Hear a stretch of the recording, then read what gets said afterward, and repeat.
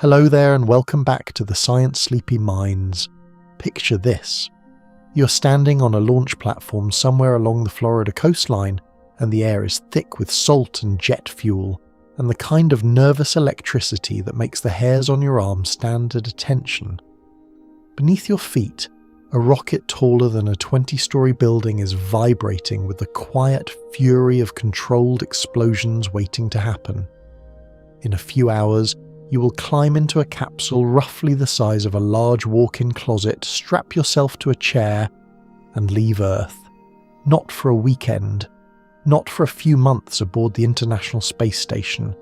You're going to Mars, and here is the part nobody puts on the recruitment poster. You probably will not survive the whole ordeal, and even if you do, you are never, ever coming home. So, before you get comfortable, take a moment to like the video and subscribe, but only if you genuinely enjoy what I do here. Also, drop a comment and let me know where you're listening from tonight and what time it is where you are.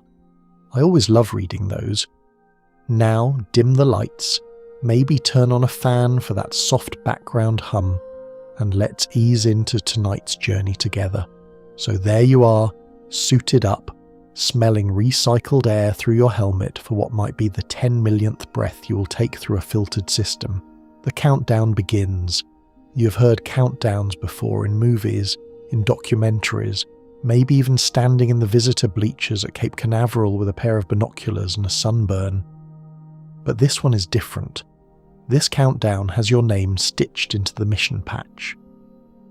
This countdown ends with you leaving the only planet that has ever kept you alive.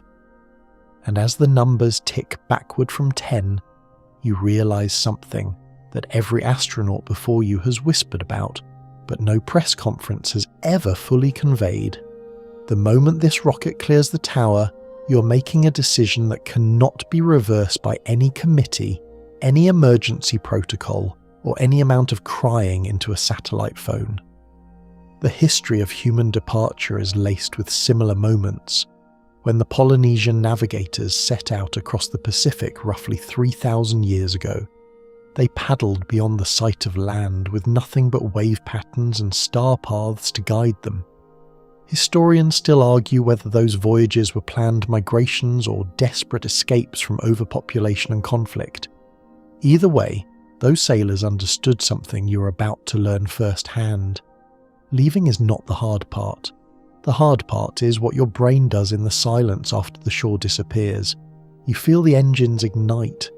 It is not a sound so much as a full-body experience, like someone strapped a jackhammer to every bone in your torso and turned it up to a frequency that your dentist would find ambitious.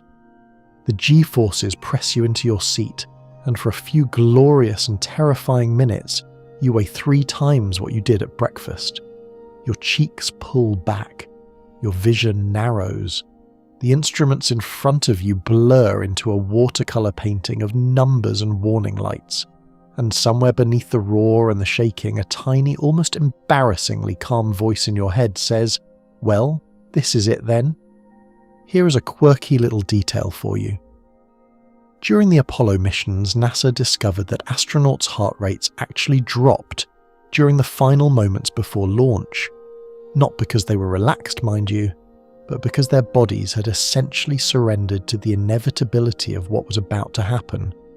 The adrenaline had peaked, the fear had been processed, and what remained was a strange, almost meditative acceptance. You might feel that now, or you might feel like throwing up. Both are historically valid responses. As the rocket pushes through the atmosphere, you pass through max Q, the moment of maximum aerodynamic pressure, where the vehicle is most likely to tear itself apart. Engineers talk about max Q the way surfers talk about the perfect wave. It is beautiful and deadly, and you either ride it or you do not get a second chance. Your capsule shudders, the metal groans, and then, almost without warning, the shaking stops. The roar fades to a hum, and you are weightless. You look out the window and there it is. Earth. A blue marble swirled with white clouds and brown continents, hanging in a darkness so complete it makes every night sky you've ever seen look like a cheap imitation. It is stunning, it is heartbreaking, and it is getting smaller. Every second, every minute, every hour from this point forward, that marble shrinks. The continents lose their shape. The oceans blur into a single blue smear. Eventually, Earth will be indistinguishable from the stars around it. Just another dot in the black.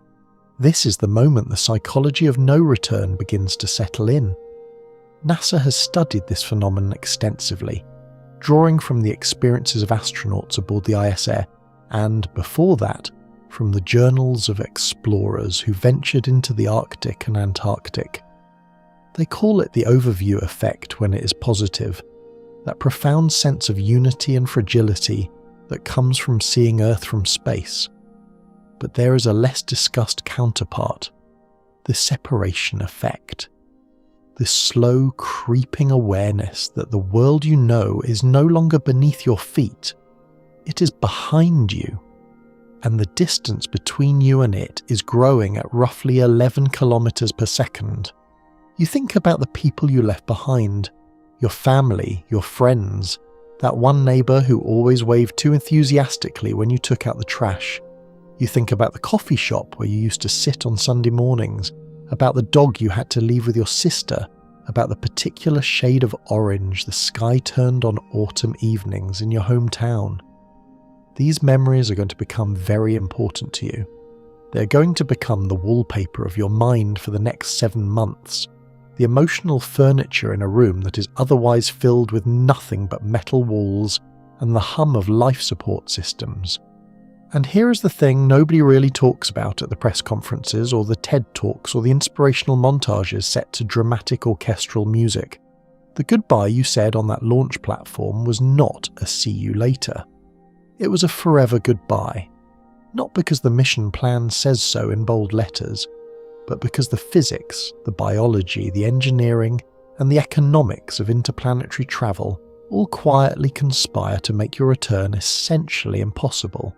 You're not an astronaut on a round trip, you're a settler on a one-way ticket, and the planet you're hurtling toward does not want you there. But you knew that already, did you not? Somewhere in the back of your mind, past the excitement and the hero narrative and the childhood dream of touching another world, you understood the math. You read the articles, you sat through the briefings, and still, you climbed into that capsule. Still, you let them strap you in. Still, you watched the countdown hit 0 and felt the fire beneath you lift your entire existence off the only ground that ever made sense. That takes something, whether it is courage or madness or simply a profound inability to leave well enough alone. You are here now. You are on your way to Mars, and the story of why you will never come back is just beginning to unfold around you like the cold, silent vacuum outside your window. The first few days in transit feel almost like a novelty.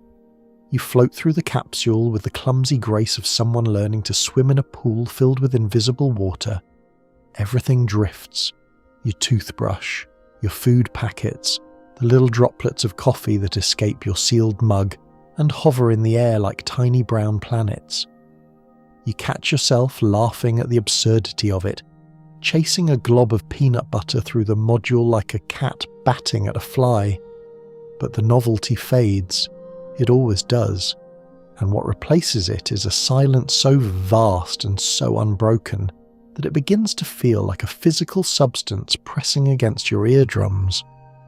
You're now inside a vessel roughly the dimensions of a small school bus, hurtling through interplanetary space at speeds that would make a bullet jealous, and yet from the inside it feels like you're sitting perfectly still in a very expensive tin can. The windows show nothing but stars, not the romantic, twinkling kind you remember from camping trips. These are hard, unblinking points of light in a blackness so deep it seems to swallow the concept of distance itself. Earth is already too small to see with the naked eye. Mars is still just a faintly reddish dot indistinguishable from a dozen other faintly reddish dots. You are in the in-between, the nowhere. And you will be here for roughly 7 months. Let that sink in for a moment. 7 months.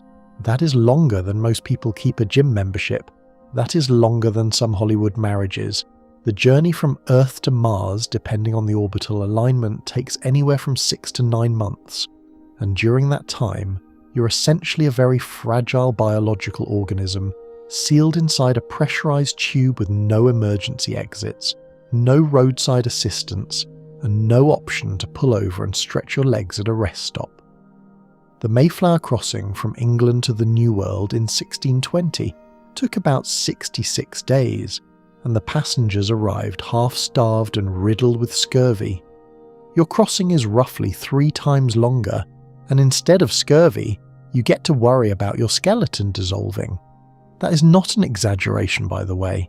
In microgravity, your body begins to consume itself with a kind of quiet, metabolic efficiency that would be impressive if it were not so alarming. Without the constant pull of gravity forcing your muscles and bones to work, your system decides that all that dense skeletal tissue and heavy muscle fibre is unnecessary overhead. Your bones lose calcium at a rate of about 1 to 2% per month. Your muscles atrophy, particularly the ones in your legs and lower back, the very muscles you would need if you ever planned to stand on a planet again. Astronauts on the International Space Station exercise for 2 hours every single day using specially designed resistance machines, and they still come home weaker than when they left. You, however, are not coming home. So the question becomes not how to preserve your Earth body, but how to manage the slow transformation into something else entirely. Your cardiovascular system joins the rebellion almost immediately. On Earth, your heart works against gravity to pump blood up to your brain. In space, without that gravitational pull, blood and other fluids shift toward your head, giving you a perpetually puffy face and what astronauts charmingly call chicken legs, because your lower limbs thin out while your upper body swells. Your heart, confused by the lack of resistance, begins to atrophy as well, becoming rounder and weaker like a muscle that has retired early and taken up residence on the couch. Scientists still debate whether these cardiovascular changes are fully reversible even after short-duration missions, and yours is anything but short. And then there is the radiation. Oh, the radiation. Inside the thin aluminum shell of your spacecraft, you're exposed to a constant drizzle of galactic cosmic rays, high-energy particles that have been accelerated by exploding stars and are now passing through your ship and through you like tiny invisible bullets. On Earth, the planet's magnetic field and thick atmosphere shield you from most of this cosmic bombardment. In deep space, you have about as much protection as a person standing in a rainstorm holding a napkin over their head. Each particle that passes through your body has the potential to damage a strand of DNA, to nick the genetic code that tells your cells how to behave. Most of the time, your body repairs this damage. Sometimes it does not. And over 7 months of continuous exposure, those unrepaired nicks accumulate like typos in a manuscript that nobody is proofreading. Here is a wonderfully unsettling tidbit for you. Astronauts on deep space missions have reported seeing bright flashes of light, even with their eyes closed. These are not hallucinations. They are cosmic rays passing directly through the vitreous fluid of the eyeball and striking the retina, creating a false signal that the brain interprets as light. Apollo astronauts described them as streaks and starbursts, little fireworks shows happening inside their own skulls. You will see them too, lying in your sleeping bag in the darkened module, and each flash is a tiny reminder that the universe is literally passing through you. The boredom is another enemy, and it is more dangerous than it sounds. Psychologists who study long-duration spaceflight have identified monotony as one of the most significant threats to crew performance and mental health. In the early days of Antarctic exploration, members of overwintering expeditions frequently descended into what they called polar madness, a lethargy so profound that grown men would sit staring at walls for hours, unable to summon the motivation to eat or speak. The Russian space program documented similar episodes aboard the Mir station, where cosmonauts occasionally became so disengaged that ground control had to talk them through basic tasks as if coaching toddlers through tying their shoes. Your mission planners have loaded your onboard computers with entertainment, educational programs, and a carefully curated library of music and films. But 7 months is a long time to be trapped in a space the size of a large van with the same handful of people, the same recycled air, and the same view of absolutely nothing outside the window. You develop routines because routines are the scaffolding that keeps a mind from collapsing in on itself. You wake at a designated time, exercise for hours, eat meals that taste vaguely of their earthly inspirations but carry the unmistakable aftertaste of packaging and preservation. You run system checks, you monitor radiation levels, you write in a journal, maybe, or record video messages for the people back home, messages that will take increasingly longer to arrive as the distance between you and Earth stretches. And at night, if you can call it night in a place where the sun neither rises nor sets but simply glares at you, from one side of the ship like a disapproving landlord, you float in your sleeping bag and listen to the hum of the ventilation system and wonder if this is what the rest of your life sounds like. Because that hum, that low mechanical lullaby, is the sound of your survival. If it stops, you stop. Every breath you take is filtered, recycled, and redelivered by machines that have no backup plan beyond redundancy.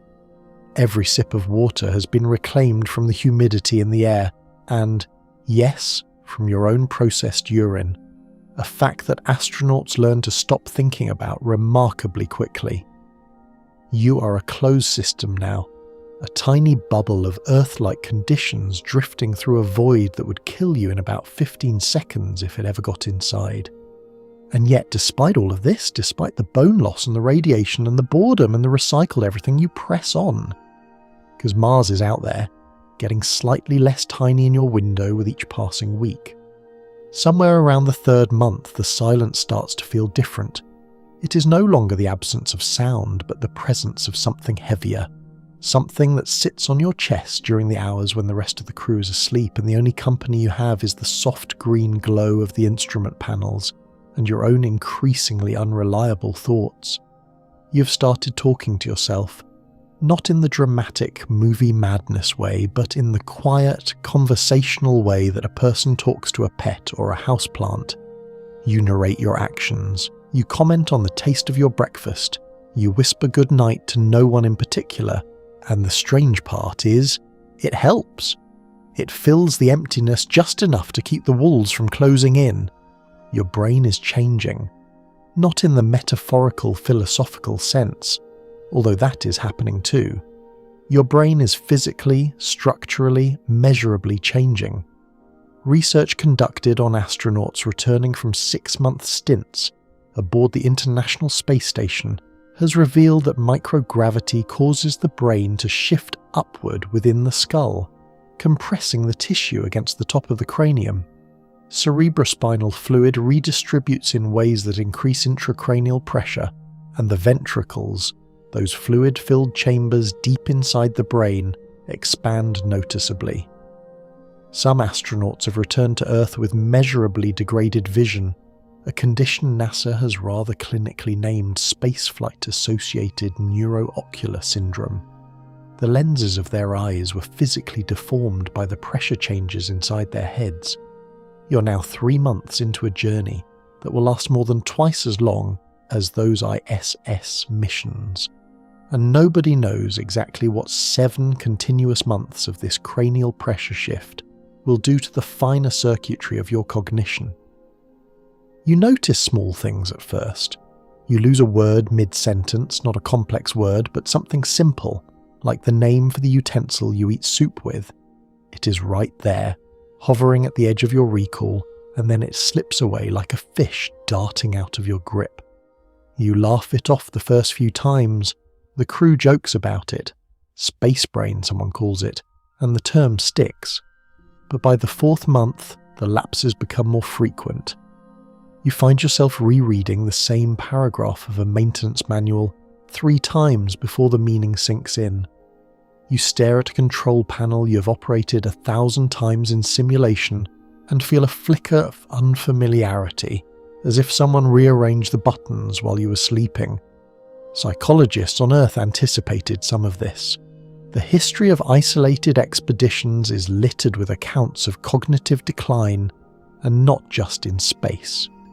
During the Imperial Transantarctic Expedition of 1914 through 1917, Ernest Shackleton's crew, stranded on the ice for months after their ship Endurance was crushed, reported difficulty concentrating, memory lapses, and a pervasive mental fog that made even simple decisions feel monumental. Shackleton himself, a man celebrated for his leadership under pressure, confided in his diary that there were days when the effort of thinking felt like wading through cold porridge. Historians still argue whether Shackleton's legendary calm was genuine composure or simply the numbness of a mind too exhausted to panic. Either way, the parallels to your situation are uncomfortably precise. The communication delay makes everything worse. In the first weeks of the journey, messages to and from Earth took only a few minutes to traverse the distance. You could send a question and receive an answer within a reasonable coffee break window. But now, deep into the transit, the delay has stretched to over 10 minutes each way. A simple exchange takes the better part of half an hour. A conversation, the kind where you respond to what someone just said and they respond to your response, becomes a logistical impossibility. You're not talking to people anymore. You're leaving voice messages for them, and they are leaving voice messages for you. And the emotional warmth that comes from real-time human connection, from the immediate feedback of a laugh or a sigh, or a reassuring silence, has evaporated entirely. You start to feel untethered. Not physically, although that is literally true every moment of every day, but emotionally. The people on Earth begin to feel like characters in a story you once read. You know their names, their faces, their habits. You remember how your mother tilted her head when she was listening carefully, how your best friend always cleared their throat before delivering a punchline. But these memories are becoming two-dimensional, flattening out like photographs left too long in the sun. The living, breathing, unpredictable reality of those people is being replaced by a curated mental archive, and the archive does not update. It does not surprise you. It does not reach over and squeeze your hand when you are scared. There is a concept in psychology called ambiguous loss, coined by researcher Pauline Boss, and it describes the particular grief of losing someone who is still technically alive, but is no longer accessible to you in any meaningful way. It was originally applied to families of soldiers missing in action and to loved ones of people with severe dementia, but it fits your situation with an almost cruel precision. The people you love are not dead. They're just impossibly far away, and the distance is not shrinking. It is growing. Every day, every hour, every minute, the gap between you and them widens, and with it, the gap between who you were on Earth and who you are becoming in this metal corridor between worlds. Your crewmates are experiencing the same thing, of course, but that does not make it easier. In fact, the shared suffering sometimes makes it harder, because there is an unspoken competition of grief, a quiet measuring of who has it worse, who left more behind, whose sacrifice was greater. The crew dynamics, so carefully engineered during years of selection and training, begin to fray at the edges. Small irritations that were once easily dismissed now fester. The way one person chews, the way another hums the same 4 bars of a song on an endless loop. The way a third always leaves the equipment locker slightly ajar. These are trivial things, laughably trivial, and yet in the confined pressure cooker of a spacecraft, they become grenades with very short fuses. Here is a delightfully grim piece of trivia for you. During a Soviet isolation experiment in the late 1990s, a multinational crew locked in a simulated spacecraft for over 100 days experienced a complete social breakdown that included 2 fistfights and an unwanted kiss that prompted an international incident between the Russian and Canadian space agencies. The experiment was meant to test crew compatibility for long-duration missions, and instead it became a cautionary tale about what happens when you put stressed, lonely, sleep-deprived humans in a small box and take away their ability to leave. Your box is smaller, your journey is longer, and unlike the Soviet test subjects, you cannot bang on the door and ask to be let out. You cope in whatever way you can. Some crew members retreat into rigid routine, finding comfort in the predictability of a schedule that leaves no room for introspection. Others dive into work, volunteering for extra maintenance shifts or spending hours recalibrating instruments that do not need recalibrating. You might find yourself drawn to the window, that small porthole of transparency in an otherwise opaque existence, staring at the stars and trying to feel something other than the low hum of dread that has taken up permanent residence in your stomach. The stars do not answer, of course. They never do. But there is something in their steadiness, their absolute refusal to flicker or flinch, that offers a strange kind of companionship. They were here before you. They will be here long after, and right now, in this narrow corridor of space and time, they are the most reliable friends you have. The cosmic ray that hits you at 3:14 in the morning, ship time, does not knock or announce itself. It does not trigger an alarm or leave a bruise. It passes through the hull, through your sleeping bag, through your skin, through the cell wall of an epithelial cell in your small intestine, and directly through the nucleus where your DNA is coiled like a tiny, impossibly detailed instruction manual for keeping you alive. It snaps one of the sugar phosphate backbones on a double helix, scrambles a few base pairs, and exits through your back without so much as a whisper. You do not feel it. You will never feel it. And your body, magnificent repair machine that it is, dispatches a team of enzymes to the damage site within seconds, stitching the break back together with a precision that would make a Swiss watchmaker weep. But the repair is not perfect. It almost never is. A base pair is swapped. A tiny typo is introduced into a gene that you will not need for another 20 years, and the typo stays. This is happening to you constantly. Not once a day, not once an hour. Thousands of times per day, galactic cosmic rays and their secondary particles are threading through your body like invisible needles through fabric, each one carrying enough energy to disrupt the molecular machinery that keeps your cells behaving themselves. On Earth, you are shielded by a magnetic field that stretches tens of thousands of kilometers into space. A vast invisible bubble generated by the churning liquid iron core of your home planet. That magnetic field deflects the vast majority of charge particles before they ever reach the atmosphere, and the atmosphere itself absorbs most of what gets through. You lived your entire life inside a double layer of armor so effective that you never once had to think about it. Now that armor is gone, and the thin aluminum walls of your spacecraft provide about as much radiation shielding as a winter coat provides against a rifle round. The numbers are sobering. On Earth, the average person absorbs roughly 3 millisieverts of radiation per year from natural background sources. On the International Space Station, orbiting within Earth's protective magnetosphere, astronauts receive about 150 millisieverts per year. On your journey to Mars, outside the magnetosphere and exposed to the full fury of the galactic cosmic ray environment, you are absorbing radiation at a rate that will deliver somewhere between 300 and 400 millisieverts over the course of the 7-month transit alone. And that is just the baseline. That is the quiet, everyday drizzle of high-energy particles that the galaxy produces as a matter of routine.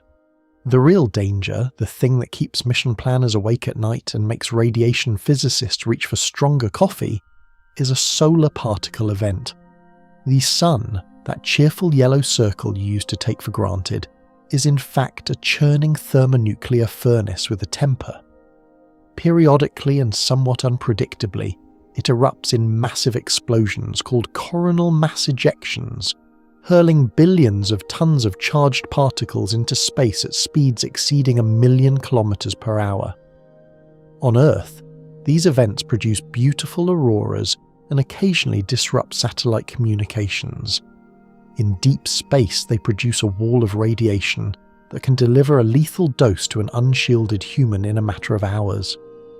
The Carrington event of 1859, the most powerful solar storm ever recorded, induced electrical currents so strong that telegraph operators received shocks and their machines caught fire.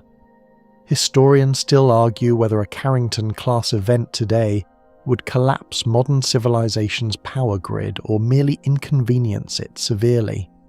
For you, floating in your tin can between planets, a storm half that powerful could end your mission and your life in the time it takes to watch a movie. Your spacecraft has a designated storm shelter, a small area in the center of the vehicle where the walls are thickest, and additional water tanks and supply containers have been arranged to provide extra shielding. When solar monitors on Earth detect an incoming event and relay the warning to your ship, you and your crew have anywhere from 15 minutes to a few hours to seal yourselves inside this shelter and wait. The shelter is cramped. It is dark. It smells like the collective anxiety of people who understand exactly what is passing through the walls around them. You sit there, knees drawn to your chest, listening to the dosimeter click, and you think about the fact that there is literally nowhere else to go. You cannot step outside. You cannot drive to a basement. You cannot do anything except sit inside a slightly thicker section of metal and hope that the sun's tantrum passes before your cells accumulate enough damage to matter. Here is something wonderfully absurd to consider. NASA has explored the idea of using human waste as radiation shielding. The concept, which sounds like a joke but is entirely serious, involves collecting and compacting biological waste into panels that line the walls of the crew compartment. Water and organic matter are surprisingly effective at absorbing high-energy particles, and since waste is a resource that the crew produces in reliable quantities, it represents a self-renewing shield material. The engineering term for this approach is a water wall, but the crew would almost certainly call it something less dignified. You might very well spend part of your journey to Mars literally surrounded by your own processed waste. And if that is not a metaphor for the human condition in space, nothing is. The long-term consequences of this radiation exposure are not fully understood, and that uncertainty is itself part of the problem. Studies on atomic bomb survivors in Hiroshima and Nagasaki provided much of the foundational data on radiation and cancer risk, but those studies involved acute single-event exposures, not the chronic low-level bombardment you're experiencing. Animal studies have shown that galactic cosmic ray analogues can cause cognitive impairment, increased anxiety, and reduce social interaction in mice, which is particularly concerning given that you are already dealing with isolation-induced psychological changes. Some researchers believe the cancer risk from a Mars mission could increase a crew member's lifetime probability of fatal cancer by 5 to 10%.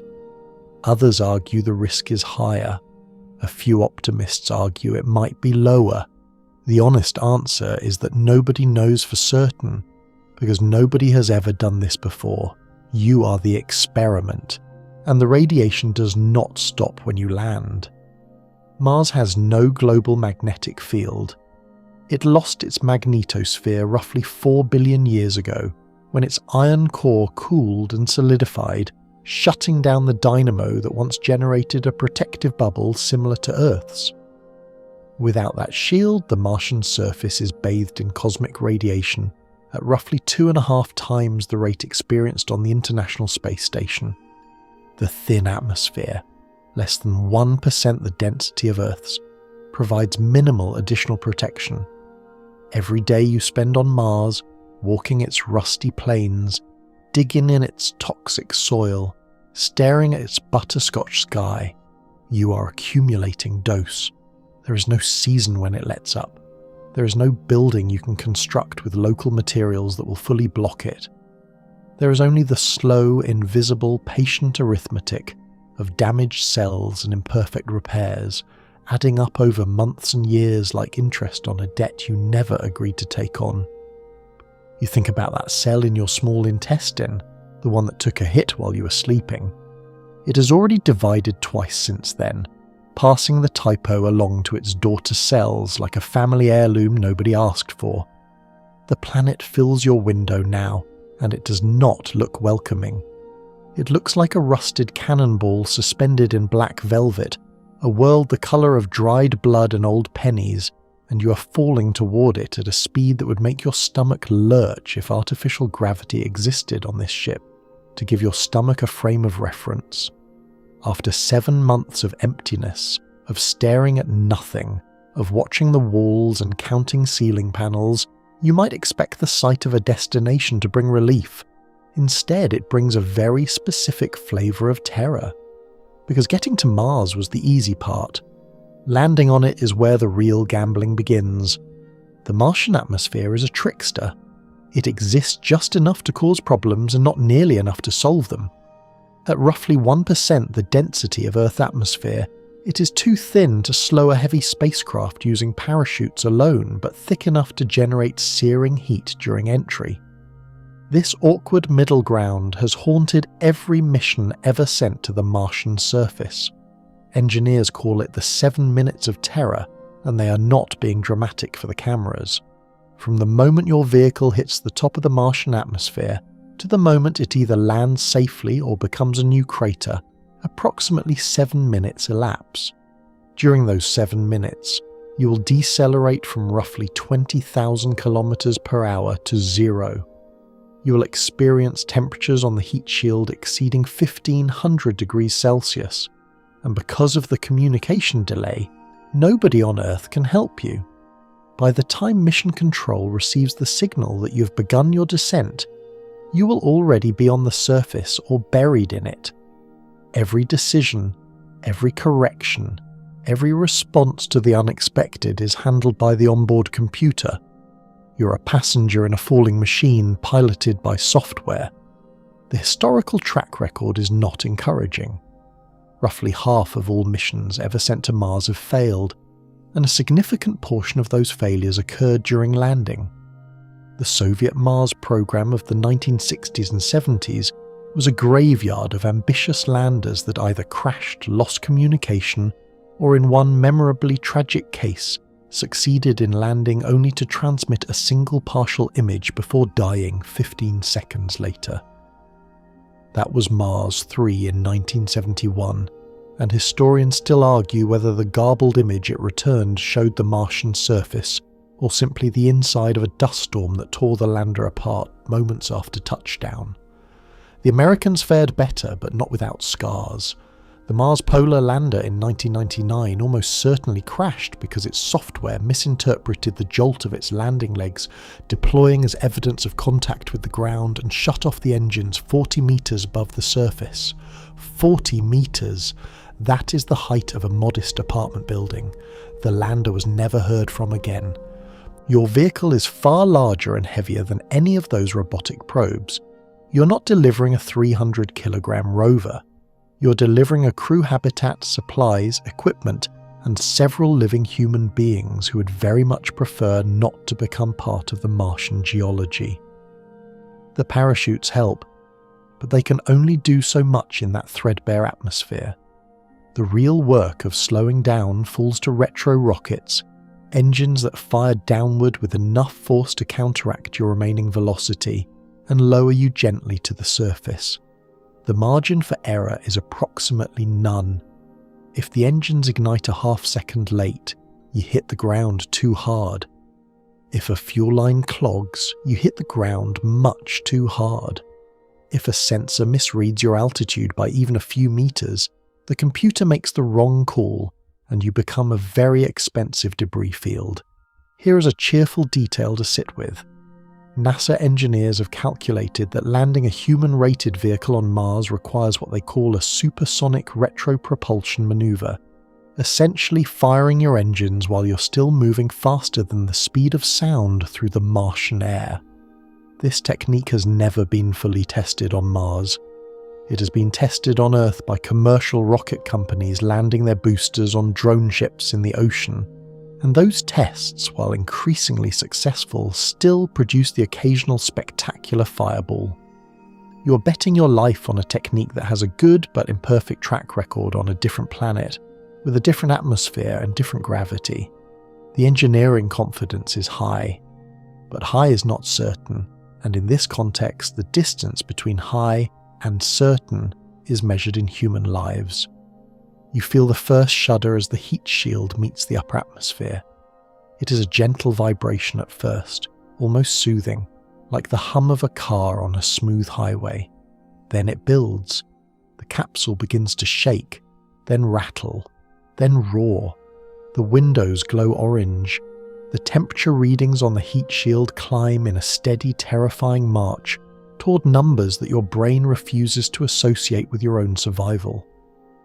You're inside a meteor now, a controlled, engineered meteor, but a meteor nonetheless, and the thin line between controlled descent and uncontrolled disintegration is maintained by ceramic tiles and mathematical models and the prayers of engineers 200 million kilometers away who will not know for another 12 minutes whether you are alive or dead.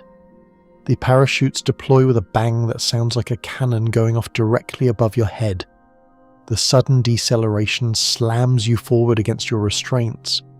For a moment, everything seems to work. The vehicle slows, the shaking lessens, and then the parachutes are jettisoned because they have done all they can, and the retro rockets take over with a roar that fills the cabin and vibrates through your teeth. You're descending on a column of fire now, a controlled explosion pointed at the ground, and the altimeter counts down in numbers that arrive faster than you can read them. 500 meters, 300, 100, 50, 20, 10, contact.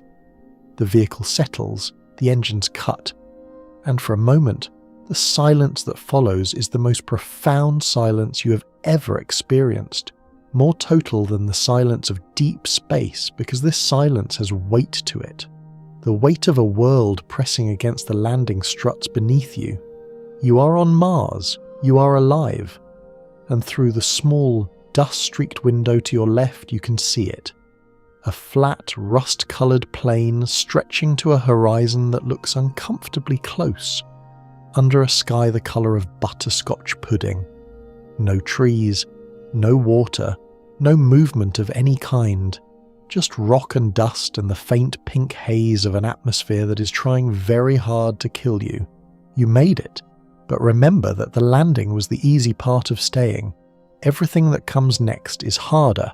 The hatch opens and you step into the airlock, and for a moment you just stand there, breathing recycled air through your helmet, staring at the Martian surface through a visor that is already collecting a fine layer of pinkish dust. Your boots are on the grated floor of the airlock. Beyond the outer door, a world waits that no human foot has ever touched. You would think this moment would feel triumphant, cinematic, worthy of the swelling orchestral score that will undoubtedly be added when they make the movie. Instead, it feels quiet, almost anticlimactic. The landscape outside looks like a construction site that God abandoned halfway through and never came back to finish. You step out. The gravity hits you first, or rather the lack of it. After 7 months of weightlessness, even Mars's modest 38% of Earth's gravity feels like a revelation. You have weight again. Your feet press against something solid, but it is wrong. It is lighter than it should be, as though someone turned down the dial on reality by about 2/3. You take a step and bounce slightly, your body overcompensating with muscles that remember Earth, but have spent half a year forgetting how to work against any pull at all. Walking feels like wading through a dream, each step a little too high, a little too slow, a little too strange. And then you take your first real look around. The Martian surface stretches in every direction with a monotony that borders on aggressive. Rocks, dust, more dust. The colour palette is limited to various shades of rust, ochre and dull brown, like an entire planet decorated by someone who only had access to one aisle at the paint store. The sky is not blue. It is a hazy pinkish tan during the day, coloured by fine iron oxide particles suspended in the thin atmosphere. At sunrise and sunset, in a bizarre reversal of everything you know, the sky near the sun turns blue while the rest remains pink. It is beautiful in a deeply alien way, and it is a constant reminder that you are not where you belong.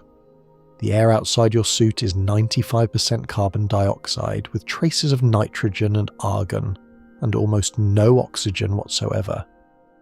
The atmospheric pressure at the surface is roughly 600 pascals, compared to Earth's comfortable 101,000. To put that in perspective, the air pressure on Mars is equivalent to what you would experience at an altitude of about 35 kilometers on Earth, which is higher than any aircraft you have ever flown in, and well into the zone where your blood would literally boil without a pressure suit. This is not a metaphor. At pressures below the Armstrong limit, roughly 6,300 pascals, the boiling point of water drops below human body temperature. Your saliva, the moisture in your lungs, the fluid coating your eyes, all of it would begin to vaporize if your suit were breached. You would not freeze first, despite what the movies suggest. You would swell, suffocate and boil in roughly that order, and the whole unpleasant process would take less than 60 seconds. Your suit is the only thing between you and that fate, and it is an extraordinary piece of engineering that also happens to be extraordinarily fragile in context. A Mars EVA suit must maintain internal pressure, supply breathable oxygen, remove carbon dioxide, regulate temperature across a range that can swing from minus 60 degrees Celsius at night to a relatively balmy 20 degrees at the equator during summer afternoons, protect against ultraviolet radiation that the thin atmosphere does nothing to filter, and do all of this while remaining flexible enough for you to walk, bend, pick up rocks, and operate tools. Every seam, every joint, every seal is a potential failure point. A puncture the diameter of a pencil tip would cause rapid decompression. A cracked visor would expose your face to conditions that make the vacuum of space look almost hospitable by comparison. Here is a quirky historical parallel for you. When deep-sea divers in the early 20th century first began using pressurized suits to explore the ocean floor, they faced a remarkably similar set of challenges. The suits were bulky, limited their mobility, and a single failure could be fatal. Augustus Sieb, who designed one of the first successful enclosed diving suits in the 1830s, reportedly told his clients that the suit would keep them alive as long as they did not do anything interesting in it. Scientists still argue whether Sieb's designs actually saved more divers than they killed during those early experimental years. Your Mars suit is infinitely more sophisticated, but the underlying principle is the same. It keeps you alive by keeping Mars out, and the moment it fails at that singular job, Mars gets in. The temperature deserves its own moment of appreciation. Mars is cold in a way that Earth cold does not prepare you for. The average surface temperature is around minus 60 degrees Celsius, but it can plunge to minus 120 near the poles during winter. Even at the equator during the warmest part of the day, temperatures barely reach above freezing. Your suit handles this with layered insulation and active heating elements. but the energy cost is significant. Every calorie of warmth your suit generates is a calorie drawn from batteries that also power your communication systems, your oxygen supply, and your carbon dioxide scrubbers. Staying warm competes directly with staying alive in other ways, and on Mars, everything is a trade-off with survival on both sides of the equation. You look up at the sky, and somewhere behind that pinkish haze there is a pale blue dot so small and so faint that you could not find it even if you knew exactly where to look. That dot is home. That dot has oceans and forests and cities and every person you have ever loved. And between you and it, there is nothing but 200 million kilometers of vacuum and a return trip that nobody has figured out how to make yet. The first morning you wake up on Mars, your body sends you a detailed list of complaints. Your lower back aches with a dull, persistent throb that no amount of stretching seems to address. Your knees feel loose, as though the tendons connecting everything have been replaced with slightly worn rubber bands. When you stand up from your sleeping pod, the simple act of rising to your feet makes your heart race in a way it never did on Earth. Your cardiovascular system scrambling to adjust to the novelty of pumping blood downward again after 7 months of not bothering. You feel dizzy. You feel heavy. You feel, paradoxically, both weaker and more burdened than you have ever felt in your life. Welcome to 38% gravity. It sounds like a discount. It feels like a punishment. Your body spent roughly 30 years on Earth calibrating itself to a specific gravitational environment.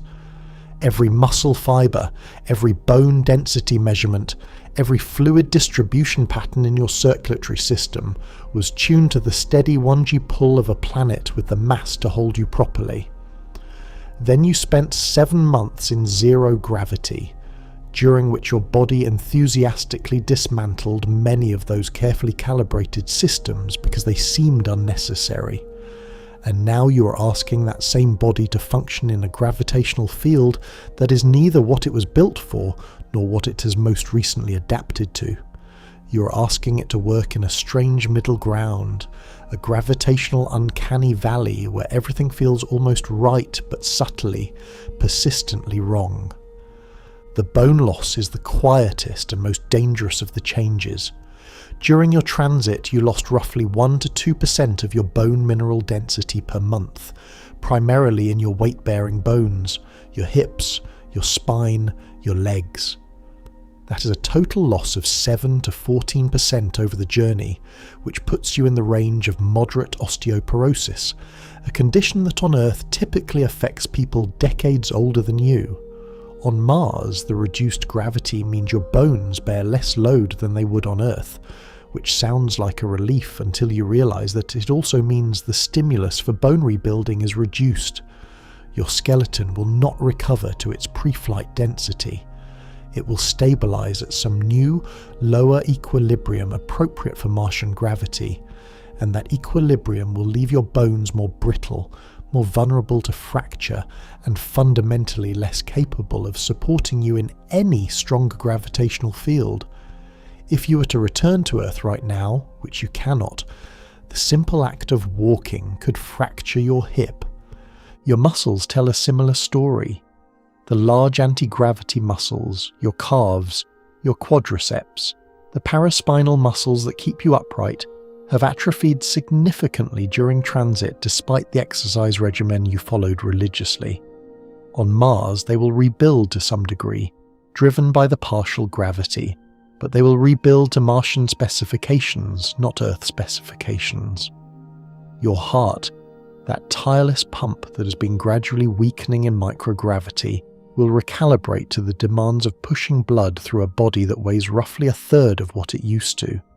It will become a Martian heart, efficient for this world, insufficient for the one you left behind. Here is where the permanence of your situation begins to crystallize. There is an ongoing scholarly debate about whether the physiological changes induced by long-duration spaceflight and reduced gravity are fully reversible. optimists point to the recovery trajectories of ISS astronauts who regain most of their bone density and muscle mass within 6 to 12 months of returning to Earth. But those astronauts spent 6 months in space, not 7, and they returned to a full 1G environment with comprehensive rehabilitation programs, medical teams, and the motivational advantage of being able to walk outside and feel sunshine on their faces. You have none of those things. You have 38% gravity, a limited medical facility, and a rehabilitation program designed by people who have never actually rehabilitated anyone on Mars, because nobody has ever been on Mars before. Researchers still argue whether partial gravity provides enough mechanical loading to reverse spaceflight deconditioning or merely slows its progression.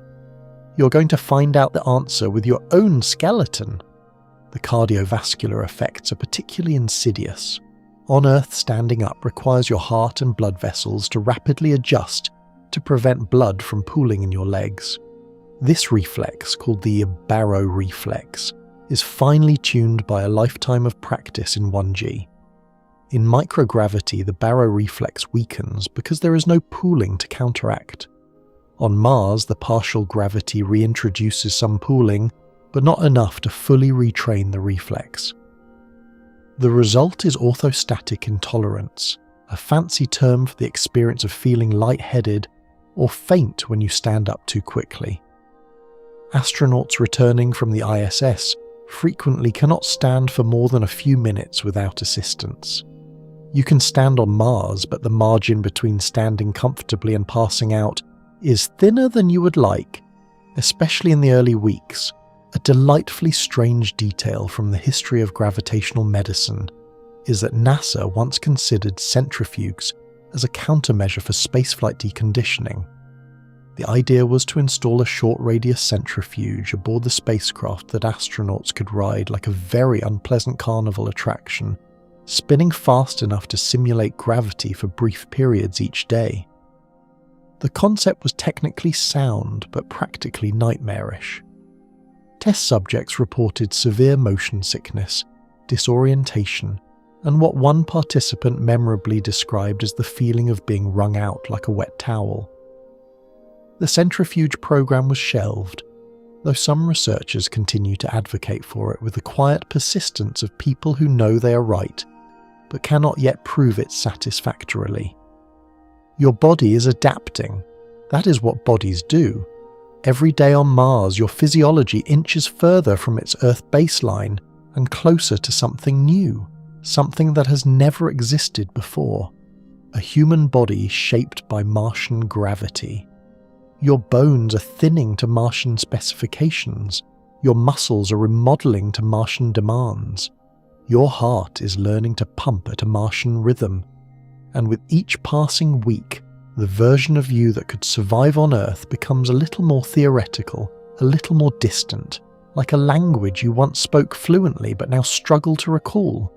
You're not just living on Mars, you're becoming Martian, and that transformation, quiet and cellular and relentless, is one of the deepest reasons you will never go home. Not because the rocket does not exist, though it does not, but because eventually the body that would need to survive the trip simply will not be capable of arriving. The first time you run your gloved fingers through Martian soil, it feels like you're touching something that hates you on a molecular level. The regolith, that fine-grained blanket of crushed rock and dust that covers the surface, looks deceptively ordinary.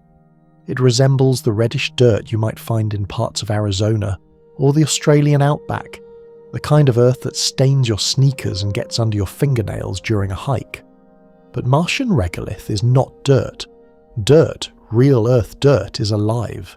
It is a thriving ecosystem of bacteria, fungi, organic compounds, and decomposed biological matter that has been accumulating and evolving for billions of years. Martian regolith is dead. Worse than dead. It is actively hostile, a ground-up cocktail of volcanic basalt and chemical compounds that would make a toxicologist wince. The primary villain is perchlorate.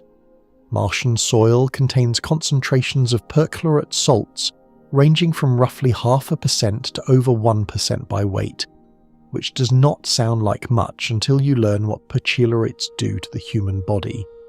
These chlorine-based compounds interfere with thyroid function by blocking iodine uptake, which means chronic exposure can disrupt your metabolism, your hormone regulation, your energy levels, and your ability to maintain body temperature, the last of which is particularly inconvenient on a planet where nighttime temperatures routinely drop below -70 degrees Celsius. On Earth, perchlorate contamination in drinking water at levels of just a few parts per billion is considered a health concern. On Mars, you're walking on it, digging in it, and breathing microscopic particles of it every time dust infiltrates your habitat through an airlock cycle. And the dust gets everywhere.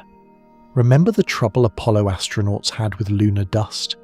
Those fine, glassy particles clung to suits, jammed equipment, and irritated lungs with a tenacity that baffled engineers who had not anticipated that alien dirt could be so aggressively clingy.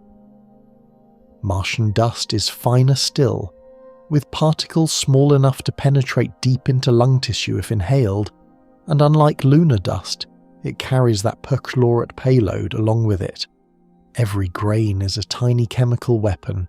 The electrostatic properties of Martian dust cause it to adhere to surfaces with a stubbornness that borders on personal vendetta. It coats solar panels, reducing their efficiency. It infiltrates mechanical joints, grinding down moving parts. It settles on visors, obscuring vision, and it finds its way into habitats through every microscopic gap, every imperfect seal, every airlock opening, accumulating on surfaces and in air filtration systems like an unwanted roommate who refuses to leave. Your habitat is your fortress against this onslaught, and building it is one of the first and most critical challenges you face. You cannot simply pitch a tent on Mars. You need a pressurized, insulated, radiation-shielded, thermally regulated, hermetically sealed living space that can sustain Earth-like conditions indefinitely using only the resources you brought with you and whatever you can extract from a planet that offers almost nothing willingly. The leading concepts for Mars habitats involve a combination of prefabricated modules sent ahead of the crew and structures built from local materials using techniques that sound like science fiction, but are being tested in laboratories right now. One particularly promising approach involves using Martian regolith itself as a building material, essentially sintering or melting the soil into bricks using microwave energy or concentrated solar heat. The idea has an elegant circularity to it. The very substance that threatens to poison you becomes the walls that protect you from everything else. Researchers at various universities have demonstrated that simulated Martian regolith can be compressed into surprisingly strong building blocks without any binding agent, just pressure and heat. Historians of architecture might note the parallel to ancient Mesopotamian construction, where sun-dried mud bricks built some of the earliest permanent human settlements roughly 10,000 years ago. Scientists still argue whether those early builders understood the structural principles behind their techniques, or simply stumbled onto a method that worked and stuck with it. Either way, the basic concept of taking the ground beneath your feet and turning it into shelter is one of humanity's oldest tricks, and you're about to perform it on another planet. But even the best habitat cannot fully protect you from the dust. Airlock protocols require careful decontamination procedures every time someone enters from outside, but perfect decontamination is an aspiration, not a reality. Fine particles cling to suit creases, boot treads, and equipment surfaces with a persistence that mocks your best efforts. Over time, the interior of your habitat will accumulate a thin film of Martian dust that no amount of cleaning fully removes. Air filtration systems will capture most of the airborne particles, but filters degrade, seals weaken, and the law of entropy ensures that Mars will slowly, patiently infiltrate your living space one microscopic grain at a time. Here is a wonderfully grim detail that underscores the problem. When NASA's Curiosity rover drilled into Martian rock and analysed the resulting powder, it detected not just perchlorates, but also traces of chlorobenzene, an organic compound that on Earth is typically associated with industrial solvents and pesticides. The discovery sparked a debate about whether the compound was native to Mars or a contaminant from the rover itself, but subsequent analysis leaned toward a Martian origin, suggesting that the chemical environment of the soil is even more complex and potentially hazardous than initially modelled. You're building your home from material that a safety inspector on Earth would flag for immediate remediation and probably cordon off with caution tape. The psychological weight of this is not trivial. On Earth, soil represents fertility, growth, home. You plant gardens in it, children play in it, you associate it with life. On Mars, the ground beneath your feet is synonymous with toxicity, and that inversion, that fundamental reversal of one of humanity's oldest relationships with the land, does something subtle but real to your sense of belonging. You're not settling into a new home.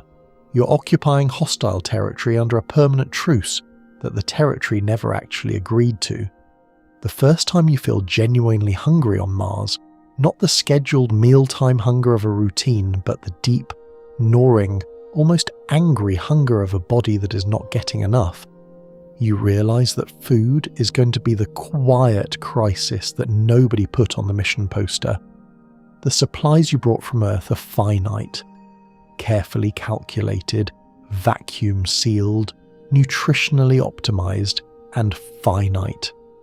Every calorie in your pantry was launched from Earth at a cost of roughly $10,000 per kilogram, which means that the freeze-dried lasagna you're eating for dinner tonight is, ounce for ounce, more expensive than gold, and it tastes exactly like something that costs $10,000 per kilogram and was designed by engineers rather than chefs, which is to say, it tastes like the memory of food filtered through cardboard and regret. The resupply math is brutal. A crewed Mars mission cannot rely on regular deliveries from Earth the way the International Space Station does. The ISS receives cargo ships every few months, a logistical luxury made possible by the fact that it orbits just 400 kilometers above the planet that builds the rockets. Mars is between 55 million and 400 million kilometers away, depending on orbital positions, and launch windows for efficient transfer occur only once every 26 months. If you run out of something critical, the next possible delivery is over 2 years away, assuming someone on Earth has already built, loaded, and launched a resupply vehicle at the last available window. If they missed that window, add another 26 months. You're not living with a safety net. You're living with a calendar that has very few useful pages. This means you need to grow food on Mars, and that is where things get agriculturally interesting and existentially terrifying. Earth farming relies on a symphony of systems that took billions of years to develop. Rich topsoil teeming with microorganisms that break down organic matter into nutrients. A nitrogen cycle powered by specialized bacteria. Pollinating insects that transfer genetic material between plants. Reliable rainfall regulated by a water cycle driven by solar energy and atmospheric dynamics. Predictable seasons governed by a tilted axis and a circular orbit. You have none of these things. What you have is toxic regolith, a carbon dioxide atmosphere, weak sunlight, and a whole lot of determination. The plan, such as it is, involves enclosed greenhouse modules where crops are grown hydroponically or in carefully processed soil substitutes under artificial lighting. The regolith cannot be used directly because of those perchlorates you learned about when you were scooping the dirt, but researchers have demonstrated that it can be washed and treated to remove the toxic salts, then amended with organic matter to create a rudimentary growing medium. The process is energy intensive and slow, and the resulting soil substitute is a pale imitation of the rich loam that feeds Earth's crops, but it works well enough to grow certain hardy vegetables. Potatoes, as the popular imagination has eagerly noted, are indeed among the candidate crops, along with leafy greens, radishes, soybeans, and dwarf varieties of wheat. If you're picturing that scene from the movie, the one where the stranded astronaut triumphantly harvests potatoes grown in Martian soil, fertilized with human waste, you are not entirely wrong. The science behind that fictional scenario is roughly sound, minus the dramatic soundtrack and the attractive Hollywood lighting. But growing food in a greenhouse on Mars is not the same as farming on Earth, and the differences are measured in heartbreak. The sunlight that reaches the Martian surface is roughly 43% as intense as what reaches Earth, which means plants grow more slowly even under the best conditions. Supplemental artificial lighting helps but demands energy, and as you may recall from the power conversation that is coming later, energy on Mars is a precious and contested resource. The greenhouses must be pressurized and heated, adding further energy costs. Carbon dioxide is abundant in the Martian atmosphere and can be pumped into the greenhouses to support photosynthesis, which is one of the few genuinely convenient aspects of Martian agriculture. But the water required for irrigation must be extracted from subsurface ice, or reclaimed from every available source within the habitat, including humidity, wastewater, and yes, urine. Every drop counts, every drop is recycled, every drop that evaporates without being captured is a drop you may not get back. Here is a piece of agricultural history that might comfort you, or might make things worse depending on your temperament. When European settlers first arrived in the harsh climates of Iceland during the 9th century, they attempted to farm using techniques developed in the gentler landscapes of Scandinavia. The results were catastrophic. Crops failed, livestock starved, entire settlements collapsed within a generation. It was only after decades of painful trial and error that the Icelanders developed agricultural practices suited to their new environment, including the use of geothermal heat to warm soil and extend growing seasons. Historians still argue whether the survival of the Icelandic settlements owed more to agricultural adaptation or to the stubborn refusal of the Norse temperament to admit defeat. Your situation echoes theirs in uncomfortable ways, except that your growing season is not merely short, but essentially non-existent without artificial intervention, and your soil is not merely poor but actively poisonous. The caloric math haunts every meal. A moderately active adult requires roughly 2,000 to 2,500 calories per day. Growing those calories on Mars requires greenhouse space, energy, water, and time, all of which are limited.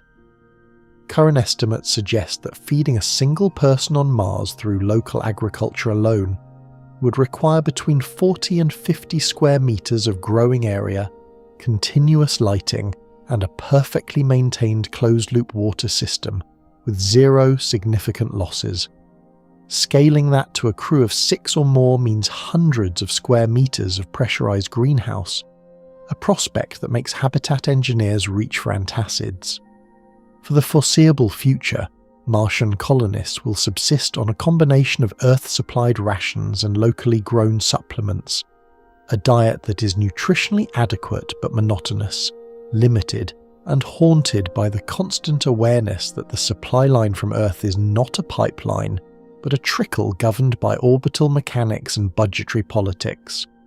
You chew your freeze-dried dinner slowly, making it last. Outside the habitat window, the Martian sunset paints the sky in shades of blue that have no business being beautiful on a world this hostile. You wake up thirsty. Not the casual thirst of a warm afternoon, the kind you fix with a trip to the kitchen tap, but a deeper, more cellular thirst, the kind that lives in your tissues and whispers to you that water is not a convenience here, but a currency, more valuable than anything you have ever held in your hands. On Earth, you were careless with water. You let the shower run while you checked your phone. You poured half-finished glasses down the drain without a thought. You lived on a planet where water fell from the sky, unbidden, free of charge, in quantities so vast that entire civilizations built themselves around the challenge of having too much of it. On Mars, every molecule of water is tracked, reclaimed and guarded with the kind of vigilance usually reserved for nuclear launch codes. Mars has water, that much is certain.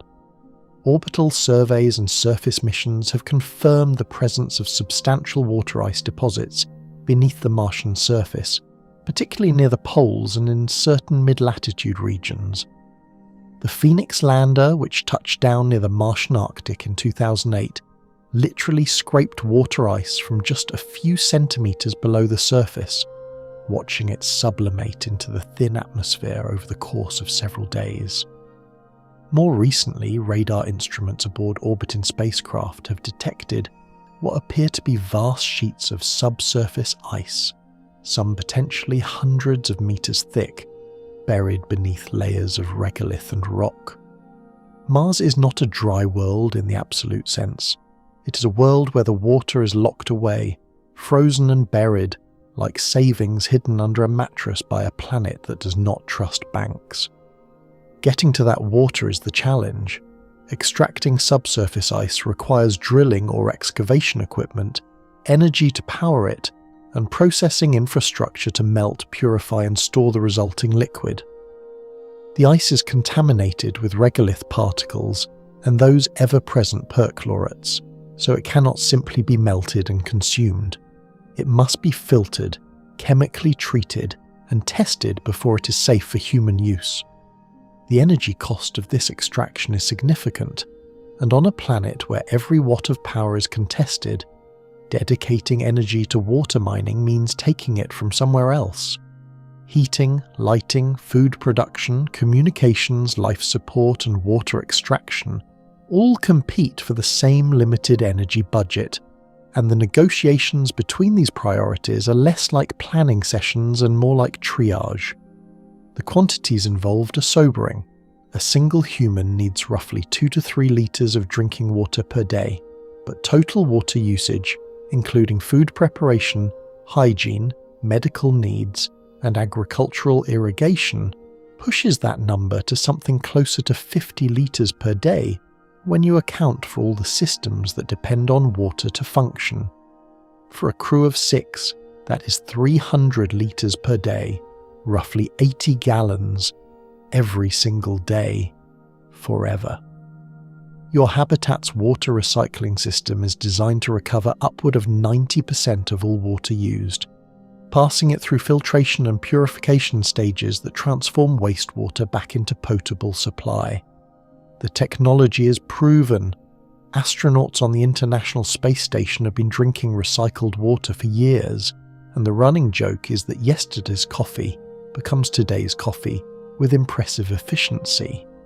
But even a 90% recovery rate means 10% loss with every cycle. And on Mars, that 10% must be replenished from local sources, or the math eventually catches up with you. Here is a detail that should make you appreciate your next glass of tap water with near religious gratitude. The process of extracting water from Martian ice and purifying it to drinking standards requires an estimated 5 to 8 kilowatt hours of energy per litre, depending on the depth of the ice and the level of contamination. On Earth, delivering a litre of treated municipal water to your faucet costs roughly half a watt-hour. The energy premium on Martian water is approximately 10,000 times higher than what you are used to paying, and you are not even aware you are paying anything. Every sip you take on Mars represents a small but real investment of the colony's most precious resource, and the awareness of that cost changes your relationship with hydration in a way that is difficult to describe but impossible to ignore. The psychological dimension of water scarcity on Mars is something mission planners have only begun to grapple with. Historians who study colonial settlements on Earth have long noted that access to fresh water is one of the most reliable predictors of a colony's success or failure. The Jamestown settlement in Virginia, established in 1607, nearly collapsed within its first 2 years, in large part because the colonists built their fort next to a brackish river that made them sick. Historians still argue whether the leadership failures at Jamestown were caused by incompetence, class arrogance, or the simple cognitive impairment that comes from chronic dehydration and waterborne illness. On Mars, your water source is not brackish but frozen, not contaminated by biology but by chemistry, and the cognitive effects of even mild dehydration include reduced concentration, impaired decision-making, and increased irritability, all of which are qualities you can ill afford in an environment where poor decisions have very short feedback loops. There is also the matter of water for agriculture, which you started worrying about in the previous section and have not stopped worrying about since.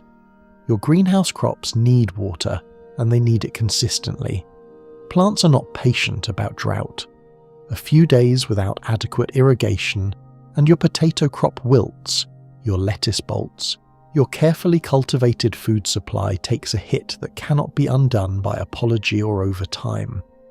The greenhouse water system operates on a closed loop, capturing transpired moisture from the air and recycling irrigation runoff, but losses are inevitable. Water vapor escapes through seals. Condensation forms on surfaces where it cannot be easily recovered, and every new planting cycle demands a fresh investment of water that the system must somehow accommodate without shortchanging the humans who need to drink. You find yourself developing an almost spiritual relationship with water. You savor it. You measure it. You notice the weight of it in your cup and the way it moves differently in the lower gravity, forming taller, rounder droplets that cling to surfaces with a lazy reluctance to flow. Water on Mars is not a background resource. It is the foreground of every decision, every plan, every quiet calculation running behind your eyes as you ration your daily allotment and wonder whether the ice mining operation will hit its targets this week. The lights flicker. It is a brief, almost imperceptible stutter, lasting maybe half a second, but it sends a cold wire of adrenaline through your chest, because on Mars, a flicker in the lights is not a minor inconvenience. It is a question about whether the systems keeping you alive have enough power to continue doing so, and the answer, on any given day, is less certain than you would like. Power on Mars is the oxygen beneath the oxygen, the invisible substrate upon which every other survival system depends. Without power, the heaters stop, and the habitat temperature drops toward the ambient -60 within hours.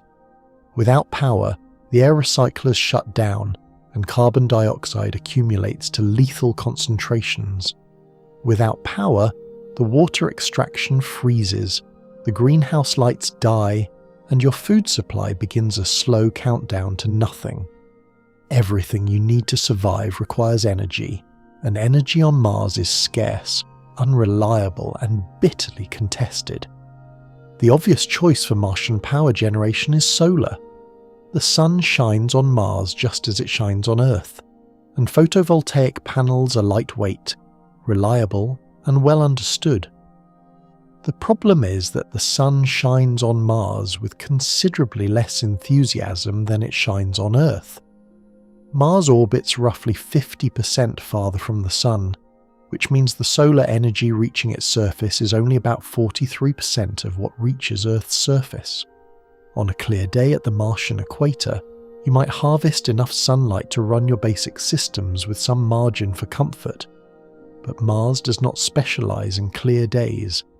Dust is the enemy of solar power on Mars, and it attacks on two fronts. The first is deposition. Martian dust settles on solar panel surfaces with a steady, relentless patience, gradually coating them in a fine layer of iron oxide particles that block incoming light. Spirit and Opportunity, the twin rovers that landed on Mars in 2004, were originally designed for 90-day missions, but survived far longer, in part because periodic wind events occasionally clean their panels.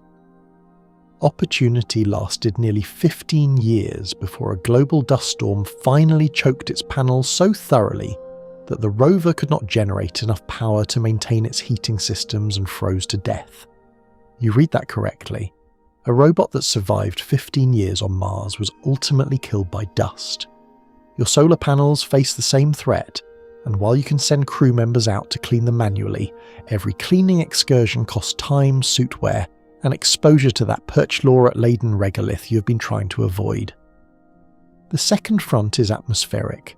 When Martian dust becomes airborne, which happens with alarming frequency, it diffuses sunlight across the sky, reducing the direct solar energy available to your panels even before it settles on their surfaces. During regional dust storms, solar energy input can drop by 50% or more. During global dust events, which can envelop the entire planet for months, the reduction can exceed 90%, plunging your power budget into a deficit that no amount of careful management can fully address. You will learn more about these storms later, and you will wish you had not. The alternative to solar is nuclear, and here the conversation becomes both technically promising and politically complicated.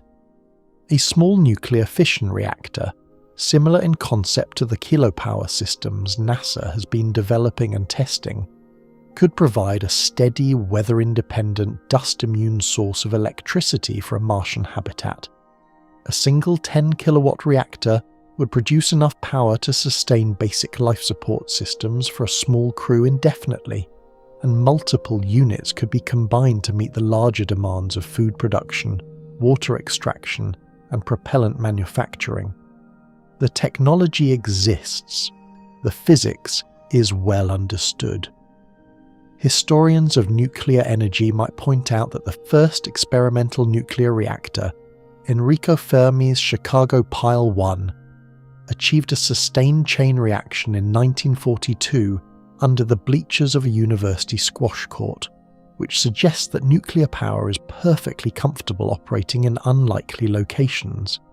Scientists still argue whether Fermi's famous calm during that first critical experiment reflected genuine confidence in his calculations or the quiet fatalism of a man standing next to a device that could irradiate an entire city block. But nuclear reactors are heavy, which makes them expensive to launch. They require specialized fuel, which raises proliferation concerns on Earth long before the reactor gets anywhere near Mars. And they carry the psychological weight of a technology that, fairly or not, is associated in the public imagination with mushroom clouds and meltdown zones. The political appetite for sending nuclear materials into space on rockets that occasionally explode during launch is, shall we say, limited. Every Mars mission plan includes nuclear power as a component, but the funding and approval processes for those components move at speeds that make continental drift look impulsive. Here is a quirky engineering footnote that captures the desperation of the Martian power situation. Some researchers have proposed using the Martian wind as a supplementary energy source, deploying small wind turbines to capture what meager kinetic energy the thin atmosphere can provide. The concept faces a fundamental challenge, however. While Martian winds can reach impressive speeds during storms, sometimes exceeding 100 kilometers per hour, the atmosphere is so thin that even fast-moving air carries very little kinetic energy. 100 km/h wind on Mars exerts roughly the same force as a 10 km/h breeze on Earth, barely enough to rustle a flag. Wind turbines on Mars would produce a trickle of power, useful perhaps as a supplement during dust storms when solar output is minimal, but nowhere near sufficient as a primary source. Your daily life becomes an exercise in energy accounting. Every activity is evaluated through the lens of power consumption. Do you run the greenhouse lights for an extra hour to boost crop yield, or do you save that power for the water extraction system that needs to hit its daily quota? Do you heat the workshop to a comfortable working temperature, or do you wear an extra layer and redirect that energy to recharging suit batteries for tomorrow's EVA? These are not hypothetical trade-offs discussed in planning meetings. These are daily decisions made by real people whose survival depends on getting the arithmetic right every single day, with no margin for error and no backup generator waiting in the wings. The lights flicker again. You pause, look up, and wait. They steady. The hum of the ventilation system continues unbroken. You exhale slowly and return to your work, trying not to think about how thin the line is between that steady hum and silence. You stand in the airlock, running through the pre-EVA checklist for the 47th time since landing, and the ritual has not gotten any less nerve-wracking. Each item on the list is a question about whether you will survive the next 4 hours outside, and you answer each one with a gloved hand, pressing buttons and turning valves and checking readouts that must fall within very specific ranges, or the airlock door stays sealed and you stay inside. Oxygen supply, check. Carbon dioxide scrubber, check. Suit pressure, check. Battery charge, check. Communications link, check. Thermal regulation, check. Joint mobility, check. Visor integrity, check. Helmet seal, check. The list is long because the consequences of missing an item are short and final. Your Mars EVA suit is a masterwork of engineering compromise. It must be rigid enough to maintain internal pressure against the near vacuum outside, but flexible enough to allow you to walk, bend, kneel, and manipulate tools with something approaching dexterity. It must be insulated against temperature extremes that can swing 50 degrees within an hour as you move between sunlight and shadow.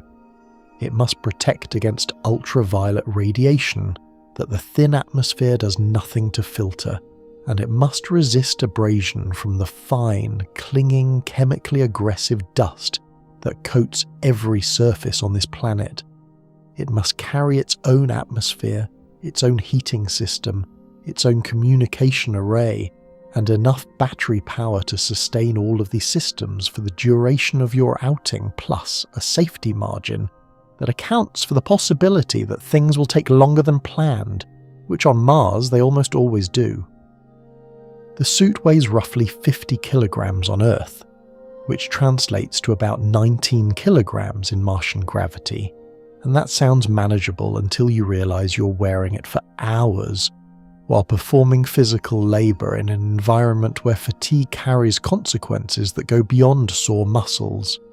A tired astronaut is a clumsy astronaut, and a clumsy astronaut is one stumble away from a torn suit layer or a cracked visor seal. The Apollo program learned this lesson in vivid detail.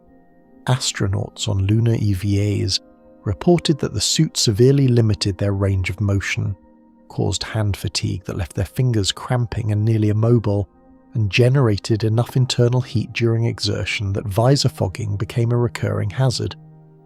One Apollo astronaut, during a particularly strenuous moonwalk, reported that sweat had pooled inside his helmet and was floating into his eyes, blinding him intermittently while he worked on a slope with no handrails and a 600-foot drop.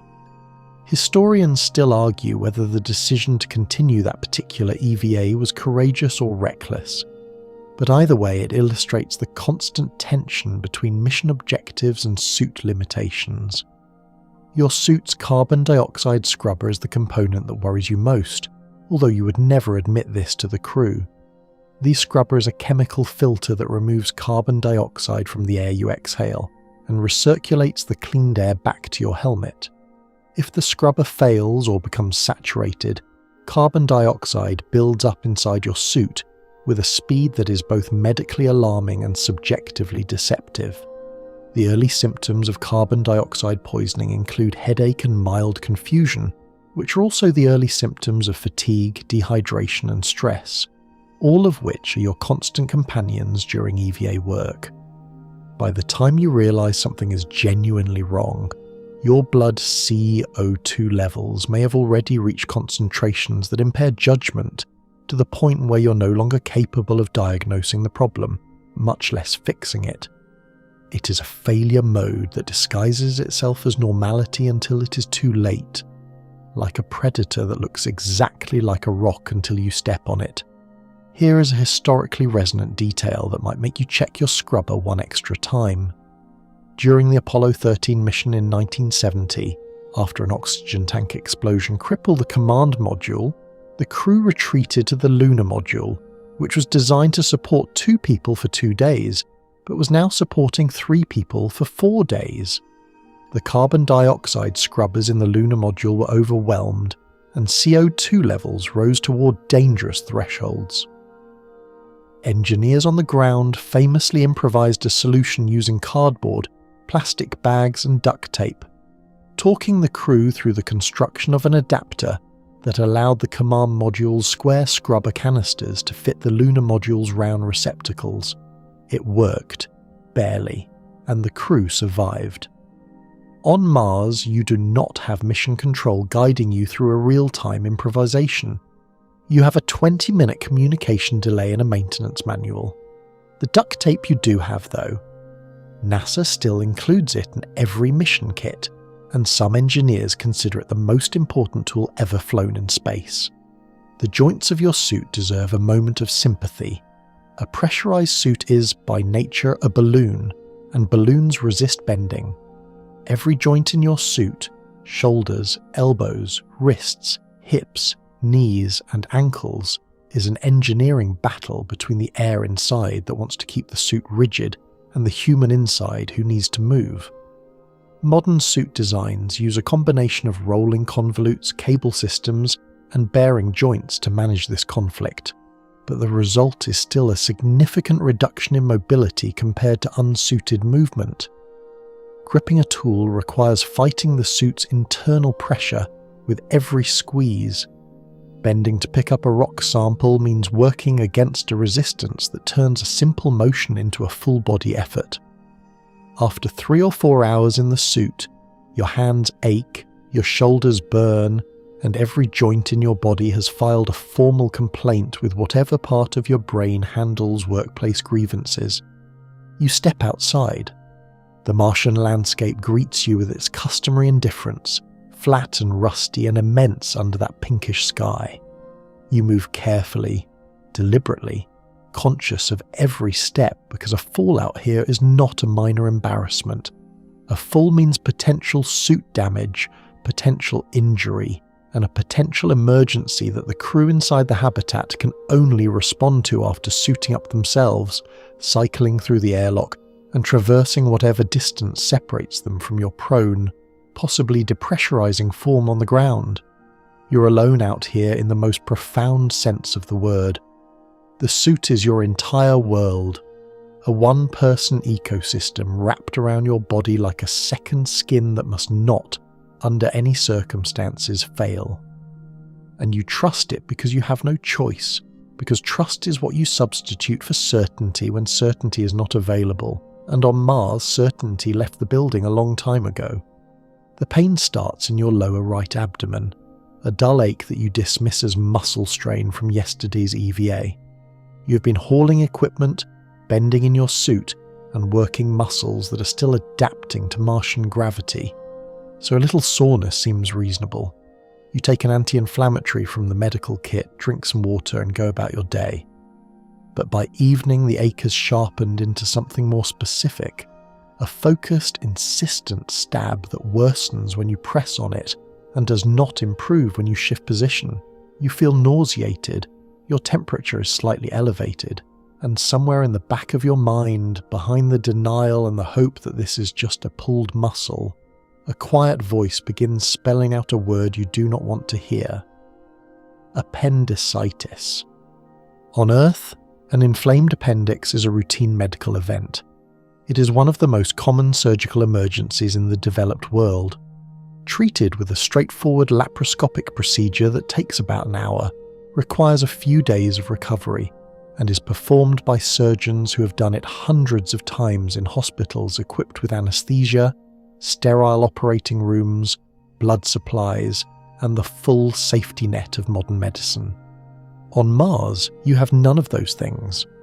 What you have is a medical module roughly the size of a large bathroom, stocked with supplies chosen by committee and constrained by mass limits. You have a crew medical officer who received extensive training but is not a surgeon by specialty, and who has practiced the relevant procedures exclusively on simulators and, in one memorably grim training session, on a cadaver. You have a surgical kit that includes basic instruments, a portable anesthesia system, and a set of instructional videos that the medical officer is currently watching, with the focused intensity of a student cramming for a final exam that happens to be a human life.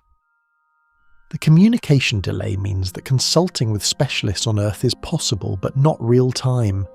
You can send imaging data and vital signs, and 20 minutes later you will receive guidance that was formulated based on your condition 20 minutes ago. In the interim, your appendix does not pause. It does not wait for the speed of light to accommodate your geography.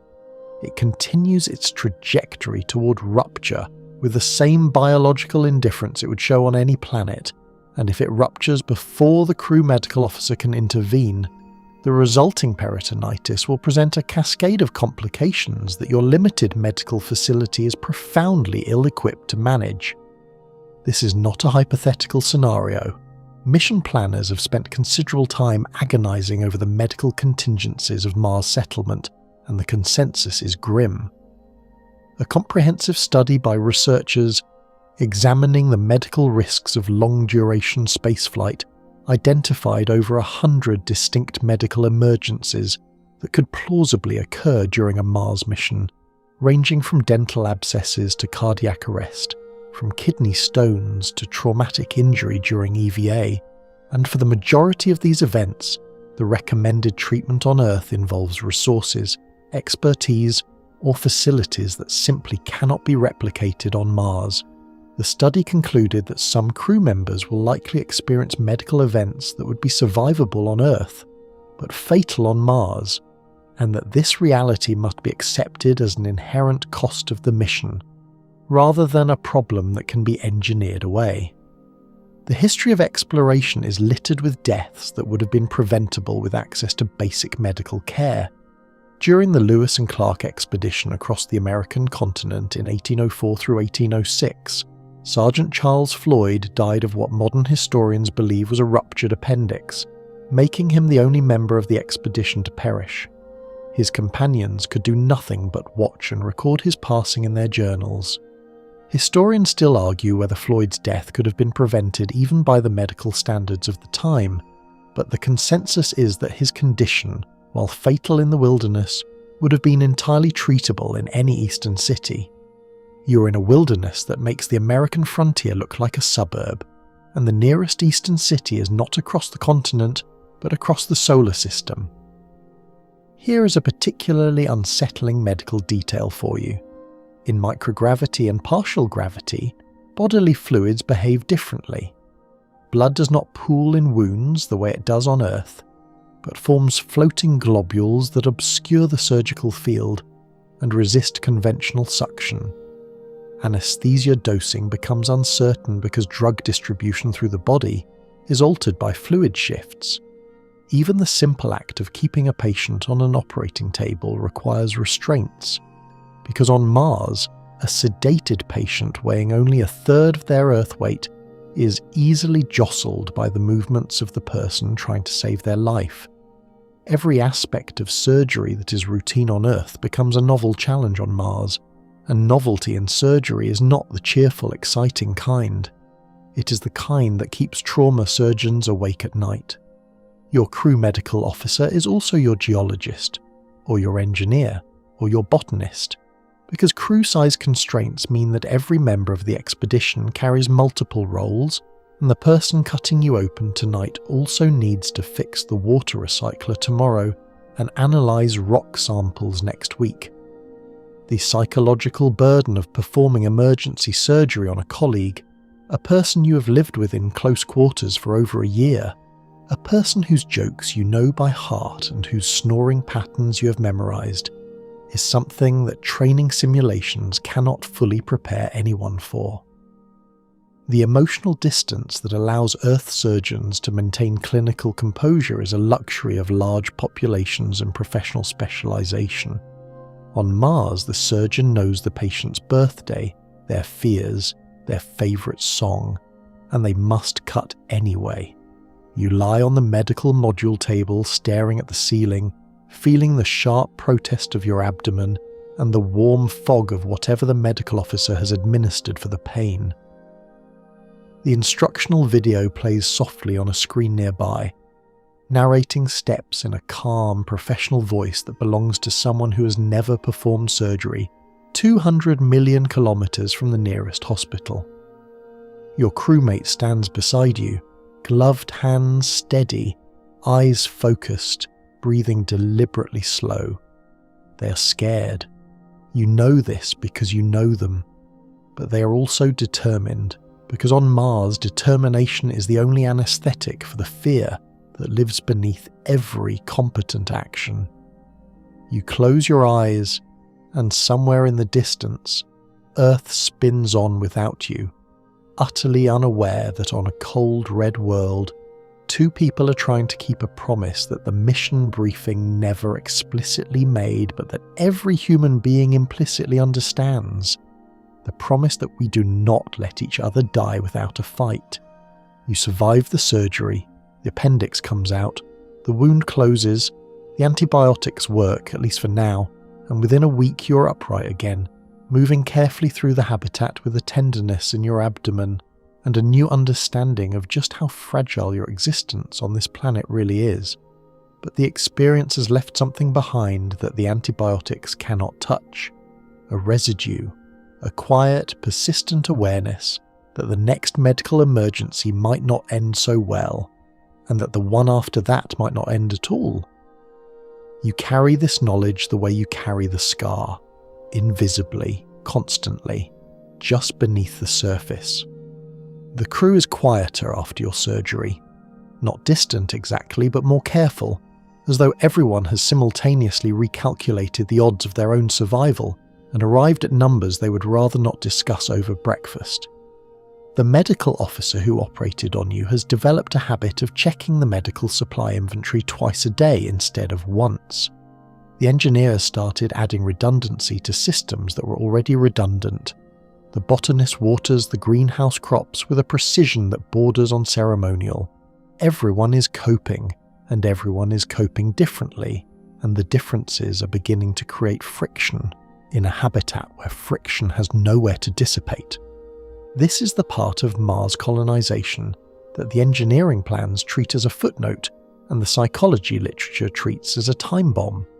The mental health of a small crew confined to a pressurized habitat on an alien world, with no possibility of evacuation, no access to professional psychiatric care, and no escape from each other, is arguably the single greatest threat to mission success. Not radiation, not dust storms, not equipment failure. People. People and the endlessly creative ways their minds find to betray them when placed under sustained, unrelenting, inescapable stress. The history of isolated expeditions provides a rich and deeply cautionary archive. Antarctic overwinter crews who spend months in darkness and confinement with small groups of colleagues report consistent patterns of psychological deterioration. The phenomenon is well documented enough to have earned its own informal name, the third quarter effect, referring to the period roughly 3/4 of the way through an isolated mission when morale reaches its lowest point.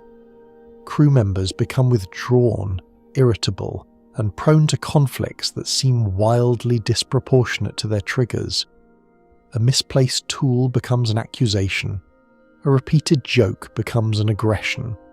The sound of someone breathing too loudly becomes, inexplicably, unbearable. Researchers who study these breakdowns note that the third quarter effect is not a sign of weak character, but a predictable response of normal human psychology to abnormal conditions.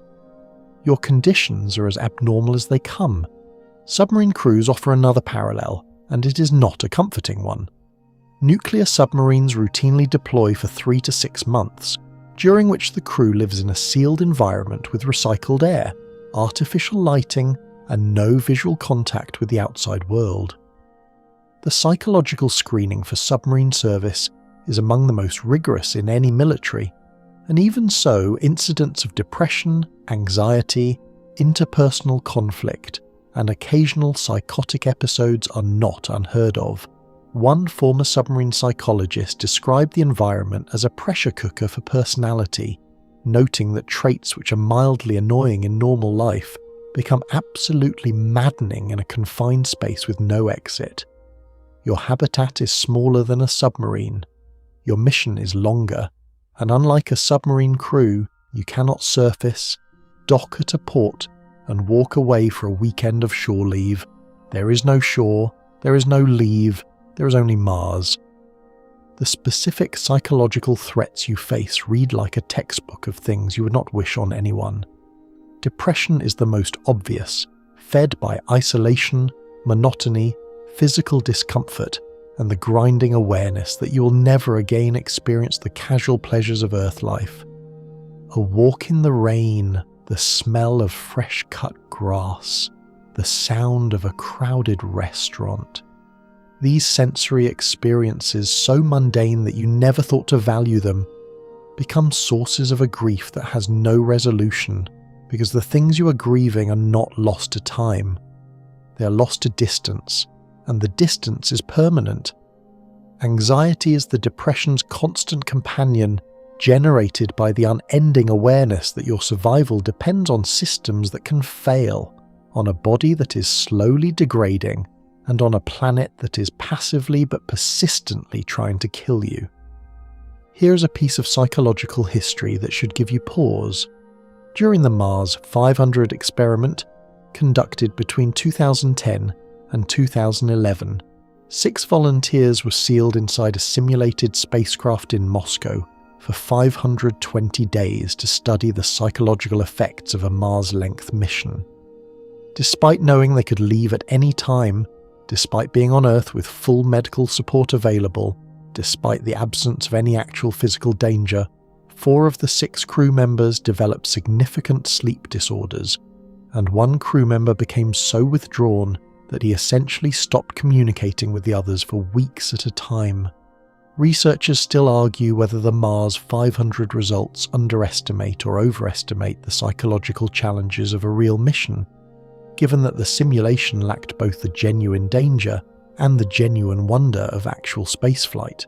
But the consensus is that real isolation is worse, not better, than simulated isolation, because the knowledge that you truly cannot leave adds a weight to every psychological burden that no simulation can replicate.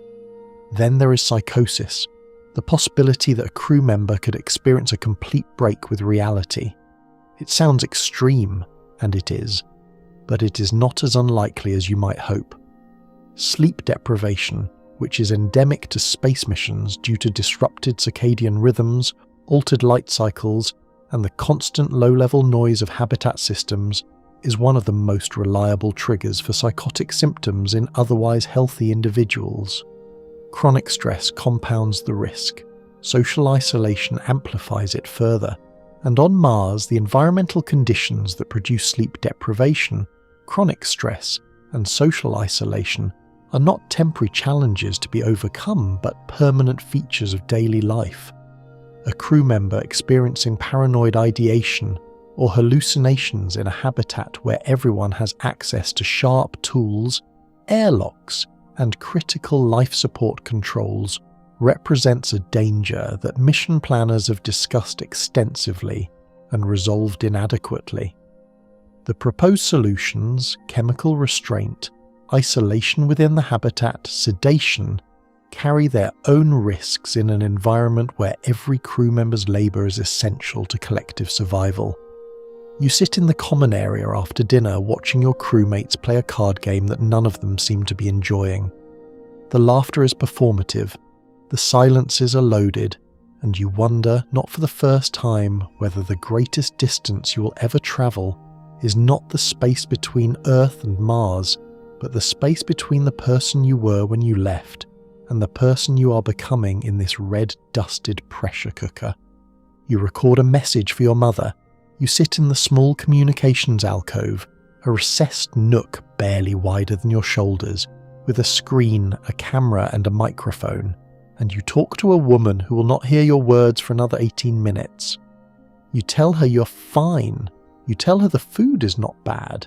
You tell her about the sunset you saw yesterday, the blue halo around the sun that still startles you every time, and you describe it in detail because detail fills time and time is what you have instead of connection. You pause mid-sentence, forgetting what you were going to say, and in that pause the silence rushes in like water, filling a hole in sand. You smile at the camera, finish with something about missing her cooking, and press send. The message travels at the speed of light across a void so vast that light itself needs 18 minutes to cross it, and when your mother finally sees it, she will respond, and her response will take another 18 minutes to reach you. And by the time you hear her voice telling you she loves you and to eat more vegetables, 36 minutes will have passed and the emotional moment that prompted her words will have long since cooled into memory. This is communication on Mars. It is not conversation. It is correspondence. The distinction sounds minor, but it is, in practice, devastating. Human beings are wired for synchronous interaction, for the immediate feedback loop of speaking and being heard, of asking and receiving, of laughing together in the same sliver of time. The entire architecture of human emotional bonding is built on this real-time exchange, and when you remove it, when you insert a delay that makes spontaneous interaction physically impossible, the bonds do not just weaken, they transform into something else entirely. Something more like memory than relationship. Something more like reading letters from the dead than talking to the living. The delay varies depending on the relative positions of Earth and Mars in their orbits. At their closest approach, roughly 55 million kilometers apart, the one-way light travel time is about 3 minutes. At their most distant, around 400 million kilometers, it stretches to nearly 24 minutes. For most of your mission, the delay hovers somewhere in the middle, long enough to make real-time exchange impossible, short enough that the people on Earth still feel almost reachable, which in some ways makes it worse. If the delay were hours or days, you might accept the disconnection more completely. But this middle distance, this almost but not quite accessibility, keeps the wound of separation perpetually open, never quite healing, never quite fatal. The history of long-distance communication offers some instructive parallels, though none are perfectly analogous. Sailors in the age of exploration routinely went months or years without word from home, their only communication channel being letters carried by ships that might or might not arrive. Charles Darwin, during his 5-year voyage on the Beagle beginning in 1831, exchanged letters with his family that took weeks to months to traverse the distances involved. Historians still argue whether Darwin's prolonged isolation contributed to the intellectual independence that allowed him to develop his theory of natural selection, or whether it simply made him profoundly lonely. Probably both. Your isolation is more complete than Darwin's in one critical respect. Darwin could, at any port of call, meet new people, hear new voices, shake a stranger's hand. You have the same 6 faces, the same 6 voices, the same 6 sets of habits and stories and silences, and they are all you will ever have again. The communication delay does not just affect your personal relationships, it fundamentally alters the crew's relationship with mission control. On the International Space Station, astronauts and ground controllers operate in near real time, with delays measured in seconds. Ground control can monitor systems, offer immediate guidance during emergencies, and provide the psychological comfort of a large support team that is always watching, always available. On Mars, ground control becomes an advisory body that operates on a time lag, offering wisdom that arrives too late to guide split-second decisions. The crew must become autonomous in a way that no human space mission has ever required. making critical calls about equipment failures, medical emergencies, and resource allocation without the safety net of real-time expert consultation. This autonomy is empowering in theory and terrifying in practice, because every decision you make without ground control's input is a decision you own entirely, including the ones that go wrong. Here is a detail that captures the emotional texture of delayed communication with particular cruelty. During the Mars 500 isolation experiment, participants reported that the simulated communication delay was one of the most psychologically distressing aspects of the entire mission. One crew member described the experience of receiving a birthday message from his daughter that had been recorded days earlier, watching her sing to him with a gap-toothed smile on a screen, knowing that by the time he could respond, the birthday would be long over, and his daughter would have already gone to bed wondering why her father had not called. The message was technically received. The sentiment was technically conveyed.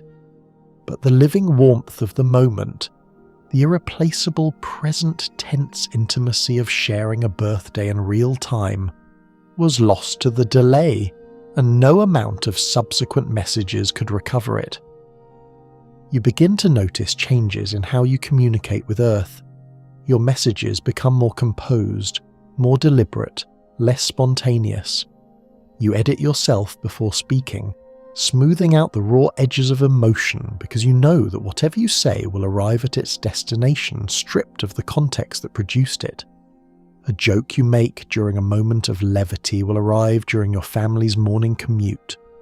A confession of loneliness you whisper at 3 a.m. ship time will play on your friend's phone during their lunch break. The emotional synchrony that makes communication meaningful is permanently disrupted, and in its absence, your messages begin to feel performative, like letters written for an audience rather than words spoken to a person. Some crew members stop recording messages altogether. They do not announce this decision or discuss it. They simply start spending less time in the communications alcove and more time in the greenhouse or the workshop or their sleeping pods. The silence is not hostile, it is protective. Reaching out across that delay and feeling the emptiness where a real-time response should be is a specific kind of pain, and some people cope by simply not reaching. The bonds to Earth do not snap dramatically. They thin, they stretch, they fade to a whisper so quiet that one day you realize you have not sent a message in 2 weeks, and the guilt you feel is duller than it used to be. The sky disappears, not gradually, not with the gentle dimming of a cloudy afternoon, but with a sudden, total erasure of visibility that makes you feel as though someone has draped a blanket, the colour of rust over the entire world. One moment you can see the horizon, that tight, close curve that still unsettles you every time you notice it. The next moment the horizon is gone, replaced by a wall of airborne particulate so dense that you cannot see your own hand if you extend it more than a metre from your visor. The dust storm has arrived, and it has arrived with the casual violence of a natural force that does not know you exist and would not care if it did. Martian dust storms are not like Earth storms. There is no rain, no thunder, no lightning, no dramatic soundtrack of wind howling through trees. The atmosphere is too thin for the wind to carry the kind of kinetic punch you associate with terrestrial tempests. 100 km/h gust on Mars would feel like a gentle breeze on Earth, barely enough to knock you off balance. But what the wind lacks in force, it makes up for in persistence and reach. Martian storms can begin as localized disturbances, small dust devils spinning across the plains, and within days escalate into regional events covering thousands of square kilometers. And once or twice a Martian year, which is roughly twice an Earth year, these regional storms can merge and amplify into global dust events that envelop the entire planet in a shroud of suspended particles that blocks sunlight, drops temperatures, and persists for weeks or months. The dust storm that killed the Opportunity rover in 2018 was one such global event. It began in late May as a regional disturbance, and within 2 weeks had expanded to cover the entire planet. Solar energy at Opportunity's location dropped to effectively zero. The rover, unable to charge its batteries, could not run its heaters, and the electronics that had survived 15 years of Martian conditions succumbed to the cold. NASA sent over 1,000 recovery commands in the months following the storm's dissipation and received nothing in return. Opportunity was declared dead in February 2019, and its final transmitted message, translated from telemetry data into poetic English by a NASA engineer, was rendered as something along the lines of "My battery is low and it is getting dark."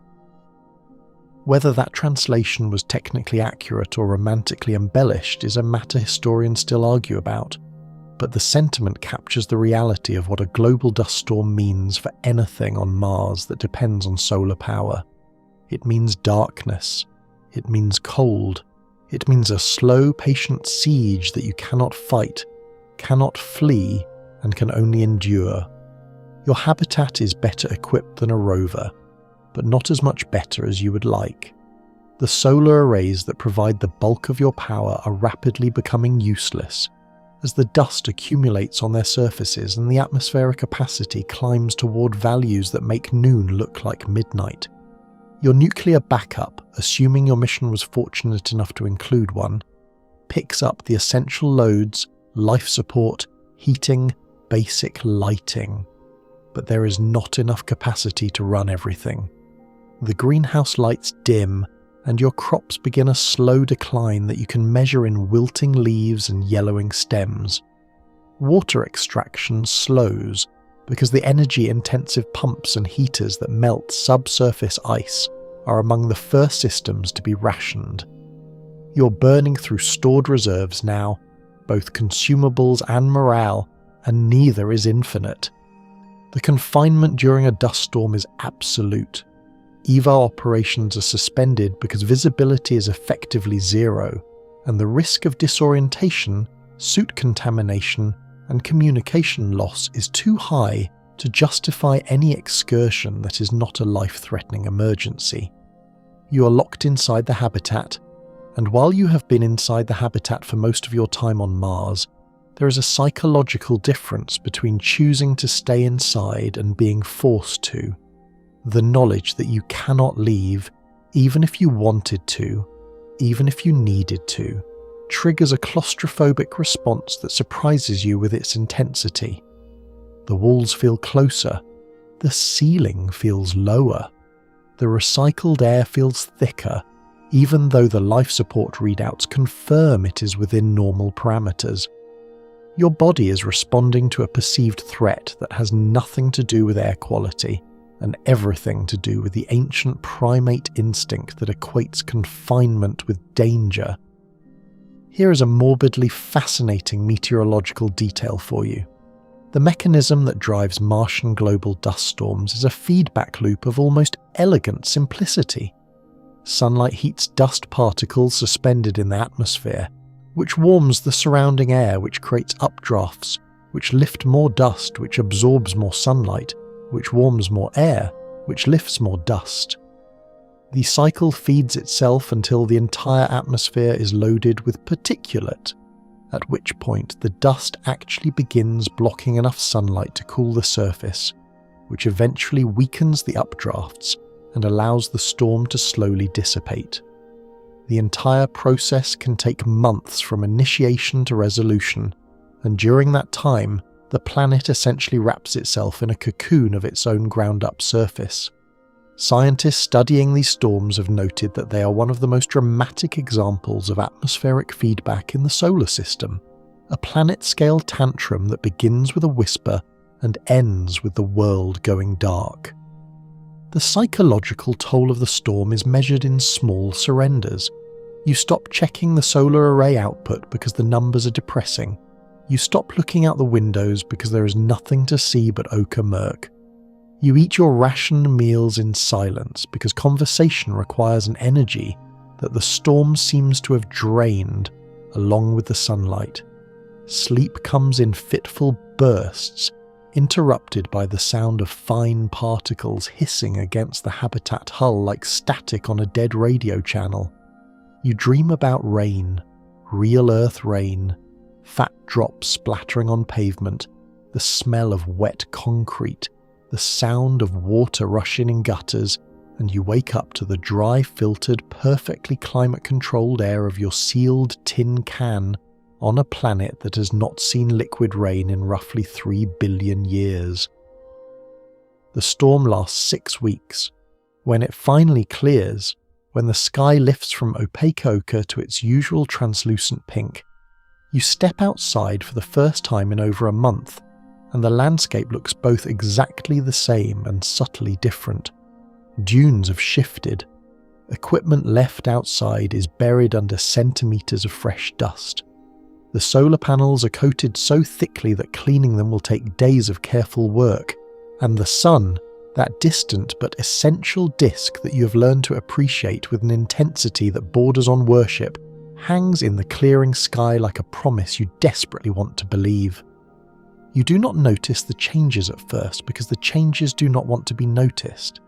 They happen at the molecular level, in the coiled ladders of your DNA, in the chemical tags that sit on top of your genes like tiny switches controlling which instructions get read and which get silenced. Every day on Mars, the radiation you absorb, the stress hormones your body produces, the altered gravity that reshapes your cardiovascular rhythms, and even the limited diet you subsist on are quietly editing the epigenetic landscape of your genome. You're still human. Your genetic code, the raw sequence of base pairs that defines your species, has not changed in any fundamental way. But the way that code is expressed, which genes are active and which are dormant, is drifting away from the baseline of every other human being alive on Earth. And the drift is not random. It is adaptive. Your body is rewriting its own operating manual to better suit a world it was never designed to inhabit. The science of epigenetics has revealed that environmental pressures can alter gene expression in ways that are both rapid and heritable. Studies on identical twins, one of whom spent a year aboard the International Space Station while the other remained on Earth, provided some of the first direct evidence of spaceflight-induced epigenetic change.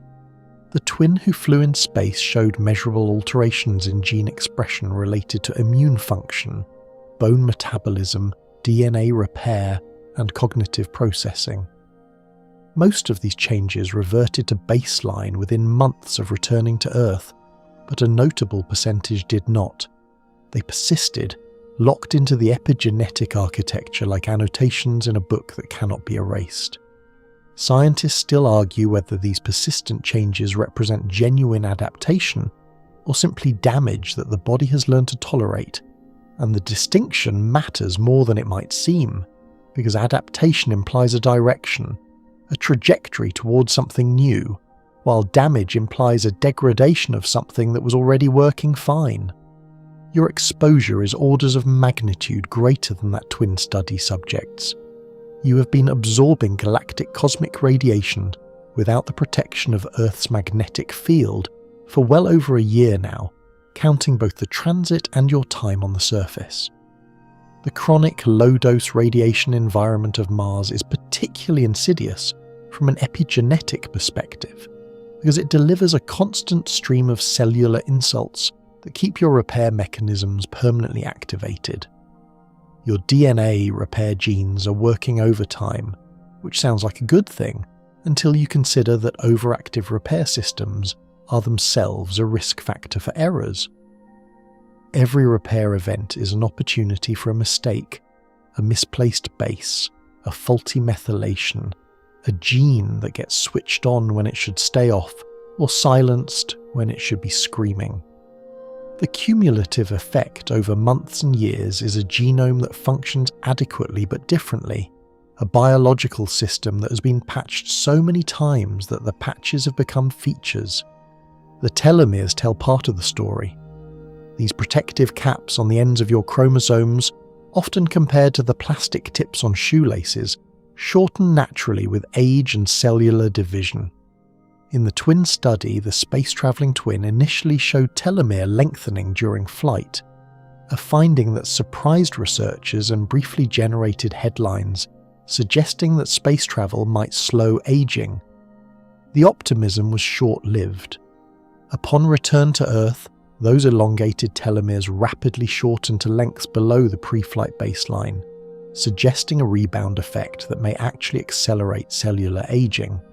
On Mars, without a return to Earth to trigger that rebound, your telomeres exist in an uncertain state, lengthened by mechanisms that researchers do not fully understand, potentially masking an underlying fragility that would reveal itself catastrophically if you ever subjected your cells to the shock of a different gravitational and radiation environment. Your chromosomes are wearing a disguise, and nobody is entirely sure what is underneath. Here is a detail that falls somewhere between fascinating and existentially uncomfortable. Research on organisms exposed to simulated Martian radiation has shown that certain genes associated with neuroplasticity, the brain's ability to reorganize and form new connections, show altered expression patterns. In rodents, these changes correlated with measurable differences in behavior, including reduced curiosity, altered social interaction, and impaired recognition memory. The researchers were careful to note that rodent studies do not translate directly to humans, and that the cognitive effects might be mitigated by the enriched intellectual environment of a mission crew compared to a laboratory cage. But the underlying principle is disquieting. The radiation that passes through your brain every day is not just risking cancer, it is potentially editing the neurological architecture that defines your personality, your decision-making, and your ability to relate to other people. You might be becoming a slightly different person at the cognitive level, and the change is so gradual that you would be the last one to recognize it. The cumulative biological divergence extends beyond your individual body. If you are part of a mixed-gender crew, and if, as some long-duration mission plans cautiously acknowledge, reproduction were to occur on Mars, the epigenetic changes you've accumulated would be partially heritable. Your children would inherit not just your genetic code, but the environmental annotations written onto it by Martian conditions. They would begin life with a biological starting point that has never existed in the history of the human species, a genome tuned by radiation, low gravity, and confinement before the child has drawn a single breath. The implications of this for human evolution are profound enough to make biologists alternately excited and terrified. It would represent the first time in human history that environmental pressures on another world have directly influenced the biological trajectory of our species. Researchers in astrobiology describe this as a potential speciation event, a moment where the human family tree branches not because of geographical separation on one planet, but because of planetary separation across the solar system. You catch yourself staring at your hands sometimes, turning them over in the dim habitat lighting, studying the skin, the veins, the small scars accumulated over a lifetime on Earth and a shorter but more intense stretch on Mars. They look the same, they function the same, but beneath the surface, at a level you cannot see or feel, those hands are being rewritten by a world that is slowly, patiently, wordlessly claiming you as its own. You came to Mars as a visitor. You're becoming a native, not by choice but by chemistry. One methylation event, one repaired strand, one silenced gene at a time. There is a rocket on Mars. It sits on the landing pad roughly 2 kilometers from your habitat. A squat utilitarian vehicle that was sent ahead of your crew and landed autonomously months before you arrived. It is the Mars Ascent Vehicle, the theoretical first stage of your theoretical journey home, and it is the most important piece of equipment on the planet that does not actually work yet. Because here is the thing about the rocket that is supposed to take you back to Earth. It needs fuel. and it arrived empty. The plan, and it is a plan in the same way that a sketch on a napkin is an architectural blueprint, relies on a process called in situ resource utilization, a term that sounds impressively technical and translates roughly to making what you need from what is already here. The concept is elegant. Mars has a carbon dioxide atmosphere. Mars has subsurface water ice. Using a combination of electrolysis and chemical synthesis, you can theoretically split the water into hydrogen and oxygen, combine the hydrogen with carbon dioxide to produce methane, and use the methane and oxygen as rocket propellant. The chemistry is real. The Sabatier reaction, which produces methane from carbon dioxide and hydrogen, was first described by the French chemist Paul Sabatier in the early 1900s and has been used industrially on Earth for over a century. Sabatier won the Nobel Prize in Chemistry in 1912 for his work on catalytic hydrogenation, a fact that would make him the patron saint of Mars colonization if anyone thought to nominate him. Historians still argue whether Sabatier ever imagined his chemistry being used to fuel rockets on another planet, but given that powered flight had barely been invented during his lifetime, it seems unlikely. The engineering, however, is another matter entirely. Producing enough propellant to launch even a small ascent vehicle from the Martian surface requires processing enormous quantities of atmospheric carbon dioxide and subsurface water ice over a period of many months. The propellant production plant must operate continuously and reliably in an environment that features extreme temperature swings, pervasive dust contamination, limited power availability, and the general hostility of a planet that does not care about your flight schedule. Current estimates suggest that fueling a Mars ascent vehicle capable of carrying a crew to Mars orbit would require roughly 10 to 15 months of continuous propellant production, assuming the plant operates at full capacity without significant interruption. On a planet where dust storms can shut down solar power for weeks, and equipment failures are addressed by a maintenance crew of 6 people with limited spare parts. The assumption of uninterrupted operation is optimistic to the point of being aspirational, and the ascent vehicle only gets you to Mars orbit. Let that settle for a moment. Even if the propellant plant works perfectly, even if every kilogram of methane and oxygen is produced on schedule, the rocket that launches you off the Martian surface does not have the capacity to carry you all the way back to Earth. It carries you to orbit, where you would need to rendezvous with a transit vehicle that has been pre-positioned or sent separately, a vehicle large enough and fueled enough to make the 7-month journey back to Earth.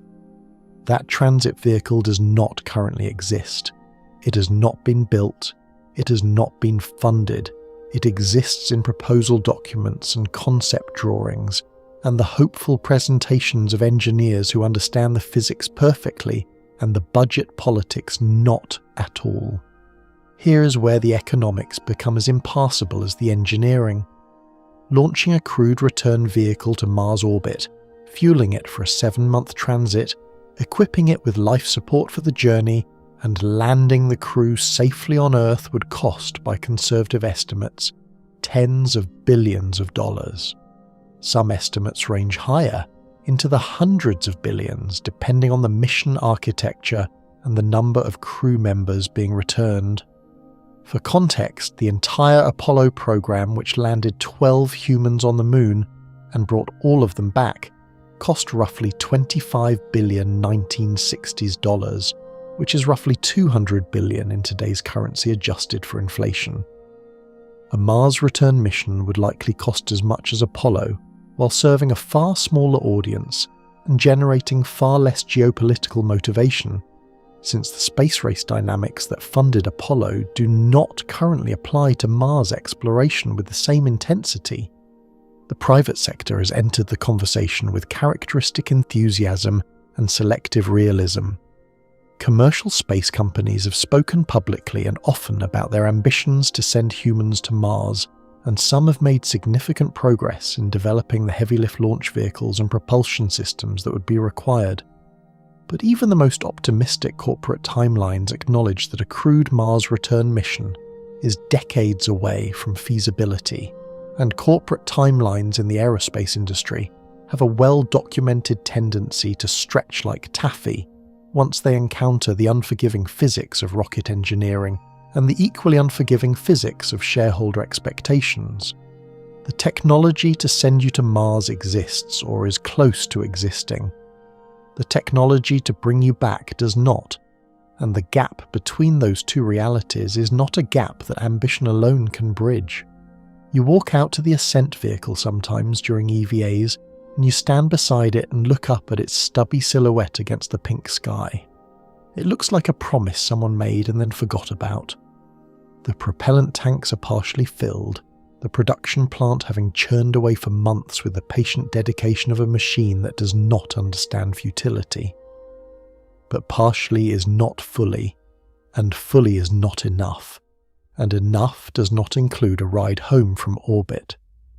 The vehicle is a monument to intention, a physical embodiment of the phrase "we will figure it out later," and later has arrived and brought no solutions with it. The crew does not talk about the return vehicle often. In the early months, someone would occasionally make a joke about the ride home, about first-class seating and in-flight meals, and the laughter that followed was thin but genuine. Now the jokes have stopped, not because anyone has explicitly acknowledged that return is impossible, but because the silence around the subject has hardened into a kind of consensus, an unspoken agreement that discussing the return vehicle is like discussing the weather on a planet where weather only means dust and cold. It is a conversation with no productive outcome, so it simply ceases to happen, and in its absence, the permanence of your situation fills the space like pressure equalizing in a sealed room. The first baby born on Mars will never see Earth, not through a window, not through a telescope, not even as a recognizable dot in the night sky, because from the Martian surface, Earth appears as a bright bluish point in the evening or morning sky, indistinguishable to the untrained eye from any number of other bright points, and to a child who has never known anything else, it will carry no more emotional weight than any other star. This child will be, in the most literal and profound sense of the word, Martian, and their body will be built from the ground up for a world that no human body was ever meant to inhabit. The possibility of reproduction on Mars is not a fringe topic, discussed only by futurists and science fiction authors. It is a central and largely unresolved question in the planning of any permanent Mars settlement, because permanence implies continuity, and continuity implies children, and children imply a cascade of biological and ethical questions that nobody has satisfactory answers to. The most fundamental of these questions is whether human reproduction is even possible in reduced gravity and elevated radiation. No mammal has ever been conceived, gestated, and born in anything other than Earth's 1G environment. The few experiments involving animal reproduction in microgravity, primarily involving fish, amphibians, and rodents on short-duration space flights, have produced results that range from cautiously encouraging to deeply concerning. Some species developed normally, others showed significant abnormalities in skeletal formation, organ development, and neurological function. Extrapolating from these limited studies to human reproduction on Mars is a leap that scientists are reluctant to make with confidence. Researchers still argue whether partial gravity at 38% would provide sufficient mechanical loading for normal fetal development, or whether the threshold for healthy human gestation lies closer to Earth normal gravity, a question that cannot be answered without data that can only be obtained by attempting the very thing the question asks about. The radiation exposure adds another layer of uncertainty thick enough to keep reproductive biologists awake at night. A developing fetus is exquisitely sensitive to ionizing radiation, far more so than an adult. Cells that are rapidly dividing as they are throughout embryonic and fetal development are more vulnerable to DNA damage because they have less time to repair errors before the next division. On Earth, natural background radiation is low enough that fetal development proceeds with negligible radiation risk. On Mars, the chronic radiation environment delivers a dose rate that would be considered unacceptable for a pregnant worker in any terrestrial occupation governed by radiation safety standards. The potential consequences include increased risk of congenital abnormalities, developmental delays, and childhood cancers, though the exact magnitude of these risks in a Martian radiation environment is unknown because, again, no data exists. But assume for a moment that conception occurs, that pregnancy progresses, that a child is born on Mars alive and healthy. What then? This child grows up in 38% gravity. Their bones develop under Martian loading conditions, thinner and lighter than Earth-normal bones, optimized for a world where they weigh less than half what they would on the planet their parents came from. Their muscles develop to Martian specifications, adequate for walking and working under Martian gravity, but profoundly insufficient for the demands of Earth. Their cardiovascular system calibrates to pump blood through a body that has never experienced a full G of gravitational pull, developing a cardiac output and vascular tone appropriate for Mars and potentially dangerous under Earth conditions.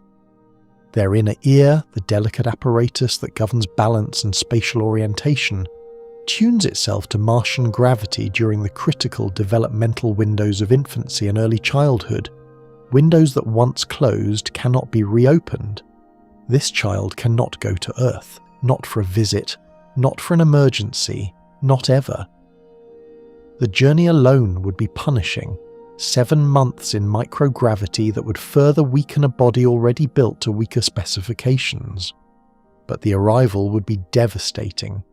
Stepping onto Earth at 1G, this Martian-born child would effectively weigh 2.5 times what they have ever weighed in their life. Their bones might fracture under loads that Earth-born children absorb without thought. Their heart would struggle to maintain blood pressure against a gravitational pull it has never trained for. Their balance would be catastrophically disrupted. They would be, in the most clinical sense, disabled by Earth, a planet that for every other human in history has been the definition of home. Here is a detail from developmental biology that makes this even more poignant. The human skeletal system reaches peak bone density in the late 20s, after which it gradually declines for the rest of life. The density achieved at that peak is determined largely by the mechanical loading experienced during childhood and adolescence. Children who are physically active in full gravity build denser, stronger bones than children who are sedentary. A child raised in Martian gravity, regardless of how active they are, will experience less mechanical loading during every critical developmental year, and their peak bone density will reflect that reduced stimulus. By the time they are 30, their skeletal system will be optimized for Mars in a way that is essentially irreversible. No amount of exercise, medication, or rehabilitation could retrofit their bones for Earth. The biological door closes quietly and permanently, and the child walks through it without ever knowing it was there. The ethical dimensions of this are staggering and largely unexplored. Bringing a child into existence on Mars means creating a human being who is confined to that planet by the physics of their own body. They did not choose Mars. They didn't consent to a life bounded by a thin atmosphere, toxic soil, and a horizon that curves too tightly. They were born into it. The first generation of humans for whom Earth is not a home they left, but a place they can never go. Some ethicists have compared this to the dilemmas surrounding genetic modification, arguing that parents who reproduce on Mars are making irreversible biological decisions on behalf of a person who cannot participate in the choice. Others counter that every act of reproduction on Earth involves the same asymmetry of consent, that no child anywhere chooses the circumstances of their birth. and that Martian children would simply face a different set of constraints rather than a uniquely unjust one. You think about this sometimes, lying in your bunk, staring at the ceiling that has become as familiar as any ceiling you ever knew on Earth. You think about children running through the habitat corridors, their laughter echoing off metal walls, their faces lit by artificial light, and the dim glow of a distant sun filtering through dust-streaked windows. You think about what you would tell them about Earth, about rain and oceans and the feeling of wind that carries the smell of flowers instead of iron oxide, and you wonder whether those stories would sound like history or like fairy tales. You stand at the airlock window as the sun sets over Crisa Planitia, watching the sky cycle through its alien palette, the pinkish haze deepening to violet near the horizon, while the disk of the sun shrinks to a blue-white pinpoint, wrapped in a sapphire glow that has no equivalent in any sunset you ever witnessed on Earth. It is beautiful. It has always been beautiful. And the fact that you can still find beauty here, after everything this planet has taken from you and demanded of you and refused to give you, feels like the most human thing you have done since you arrived. You're not going home. You have known this for a long time, longer perhaps than you've been willing to articulate, but standing here now with the Martian dusk settling over a landscape that has become, against all reason, familiar, the knowledge feels less like a wound and more like a fact of geography. The ocean is wide, the shore is far, and you are where you are. The philosophical weight of permanence has shifted from something you carry to something you stand on, a foundation rather than a burden, and the shift happened so gradually that you cannot point to the moment it occurred. Maybe it was the morning you stopped checking the mission timeline for return windows. Maybe it was the afternoon you planted a seed in the greenhouse and realised you were thinking about next year's harvest rather than next year's rescue. Maybe it was the night you dreamed about Mars instead of Earth for the first time and woke up feeling not homesick but home. The word settler has replaced the word astronaut in your internal vocabulary, and the substitution carries more weight than any dictionary could capture. Astronauts go somewhere and come back. Settlers go somewhere and stay. The history of human settlement is a history of people who crossed thresholds they could not recross, who burned boats and climbed mountains and forded rivers, knowing that the return journey was either impossible or irrelevant. The Polynesian navigators you thought about on launch day, the ones who paddled into the Pacific with nothing but stars and courage, they were not explorers in the modern recreational sense. They were founders. They carried with them not just their bodies but their languages, their stories, their agricultural knowledge, their gods. They carried civilization in their canoes, and when they found land they planted it.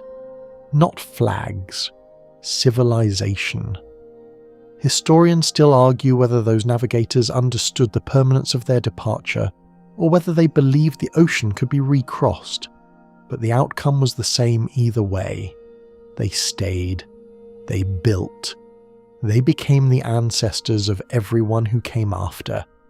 You are becoming an ancestor. The thought arrives with a strange, quiet dignity that surprises you.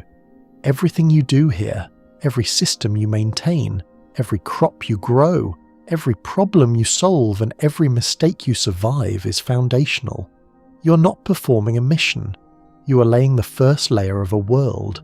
The habitat you maintain will become the blueprint for habitats that follow. The agricultural techniques you develop through painful trial and error will become the inherited wisdom of future Martian farmers. The medical protocols your crew improvises, the ones born from necessity and fear and duct tape, will become the textbooks studied by Martian medical students, who will never fully appreciate how terrifying it was to write them.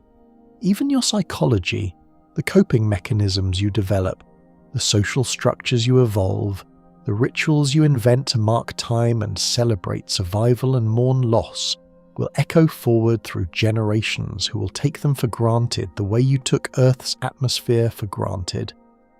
Here is a detail that connects your present to the deepest past in a way that might make you shiver. When anatomically modern humans first migrated out of Africa, roughly 70,000 years ago, they crossed into environments that were genuinely alien to their evolved physiology. They encountered cold they had never felt, landscapes they had never seen, food sources they had never tasted. Their bodies adapted slowly across generations, developing lighter skin in northern latitudes to maximize vitamin D production, shorter limbs in Arctic climates to conserve heat, larger lung capacity at high altitudes to capture thin oxygen. These adaptations took thousands of years, driven by the patient machinery of natural selection, operating on populations that could not return to the environment that shaped them. You're at the beginning of that process, not the end, not the middle, the very beginning, standing at the threshold of an adaptive journey that will unfold across timescales you cannot comprehend, producing humans you would not recognize, living lives you cannot imagine. The crew gathers for dinner, and tonight the meal feels different. Not the food itself, which is the same rotation of reconstituted proteins and greenhouse greens, and vacuum-sealed carbohydrates it has always been. But the atmosphere around the table has shifted. Someone has taped a hand-drawn calendar to the wall, marking the Martian souls since landing, and the number has grown large enough to feel like an achievement rather than a sentence. Someone else has named the greenhouse plants, individual names for individual seedlings, a gesture of attachment that would have seemed sentimental 6 months ago, and now seems essential. The botanist is explaining a new irrigation technique with the kind of enthusiasm usually reserved for breakthrough discoveries, and the engineer is arguing about implementation with the kind of passion usually reserved for things that matter deeply. This is not a crew enduring a mission. This is a community building a home. The difference is everything. You think about the people who will come after you, the second wave, the third, the 10th. You think about the habitats expanding across the red plains, the greenhouses multiplying, the first roads worn into Martian soil by human feet. You think about the first Martian-born child taking their first steps in gravity that feels normal to them and only to them. You think about that child growing old on a world that their grandparents chose and they inherited, looking up at a blue dot in the evening sky and feeling the particular emotion that has no name yet because it has never existed before. The feeling of knowing where your species came from but not needing to go back. And now, as the last light of that distant sun fades behind the rim of a crater, you have learned to call west. Something in you settles. Your breathing slows. The hum of the habitat, that mechanical lullaby you have listened to every night for longer than you care to count, wraps around you like a familiar blanket. The stars emerge in the Martian sky, sharper and steadier than they ever appeared through Earth's thick atmosphere, and among them somewhere is a pale blue point of light that holds everything you once were. You do not look for it tonight. Instead, you close your eyes and feel the gentle pull of this smaller, quieter world beneath you, and you let it hold you. You're not lost. You're not stranded. You're planted. And like everything that has ever been planted in hostile soil, you are, against all odds and expectations, beginning to grow. So let your shoulders drop now. Let the tension in your jaw release. Let the weight of all those millions of kilometers dissolve into the soft hum of wherever you're listening from tonight, your bed, your couch, your car on a long late-night drive. The story is over, but the quiet it leaves behind is yours to keep. Mars is far away. Your pillow is close. And wherever you are, whatever time it is in your corner of this pale blue dot, you're exactly where you're supposed to be. The universe is very large and very old, and it made you anyway, right here, on a world with rain and birdsong and gravity that holds you just right. That is not a small thing. That is everything. So rest now. Let the stars do their slow turning without you for a while. You have travelled far enough tonight. Sweet dreams, my friend. Sweet dreams.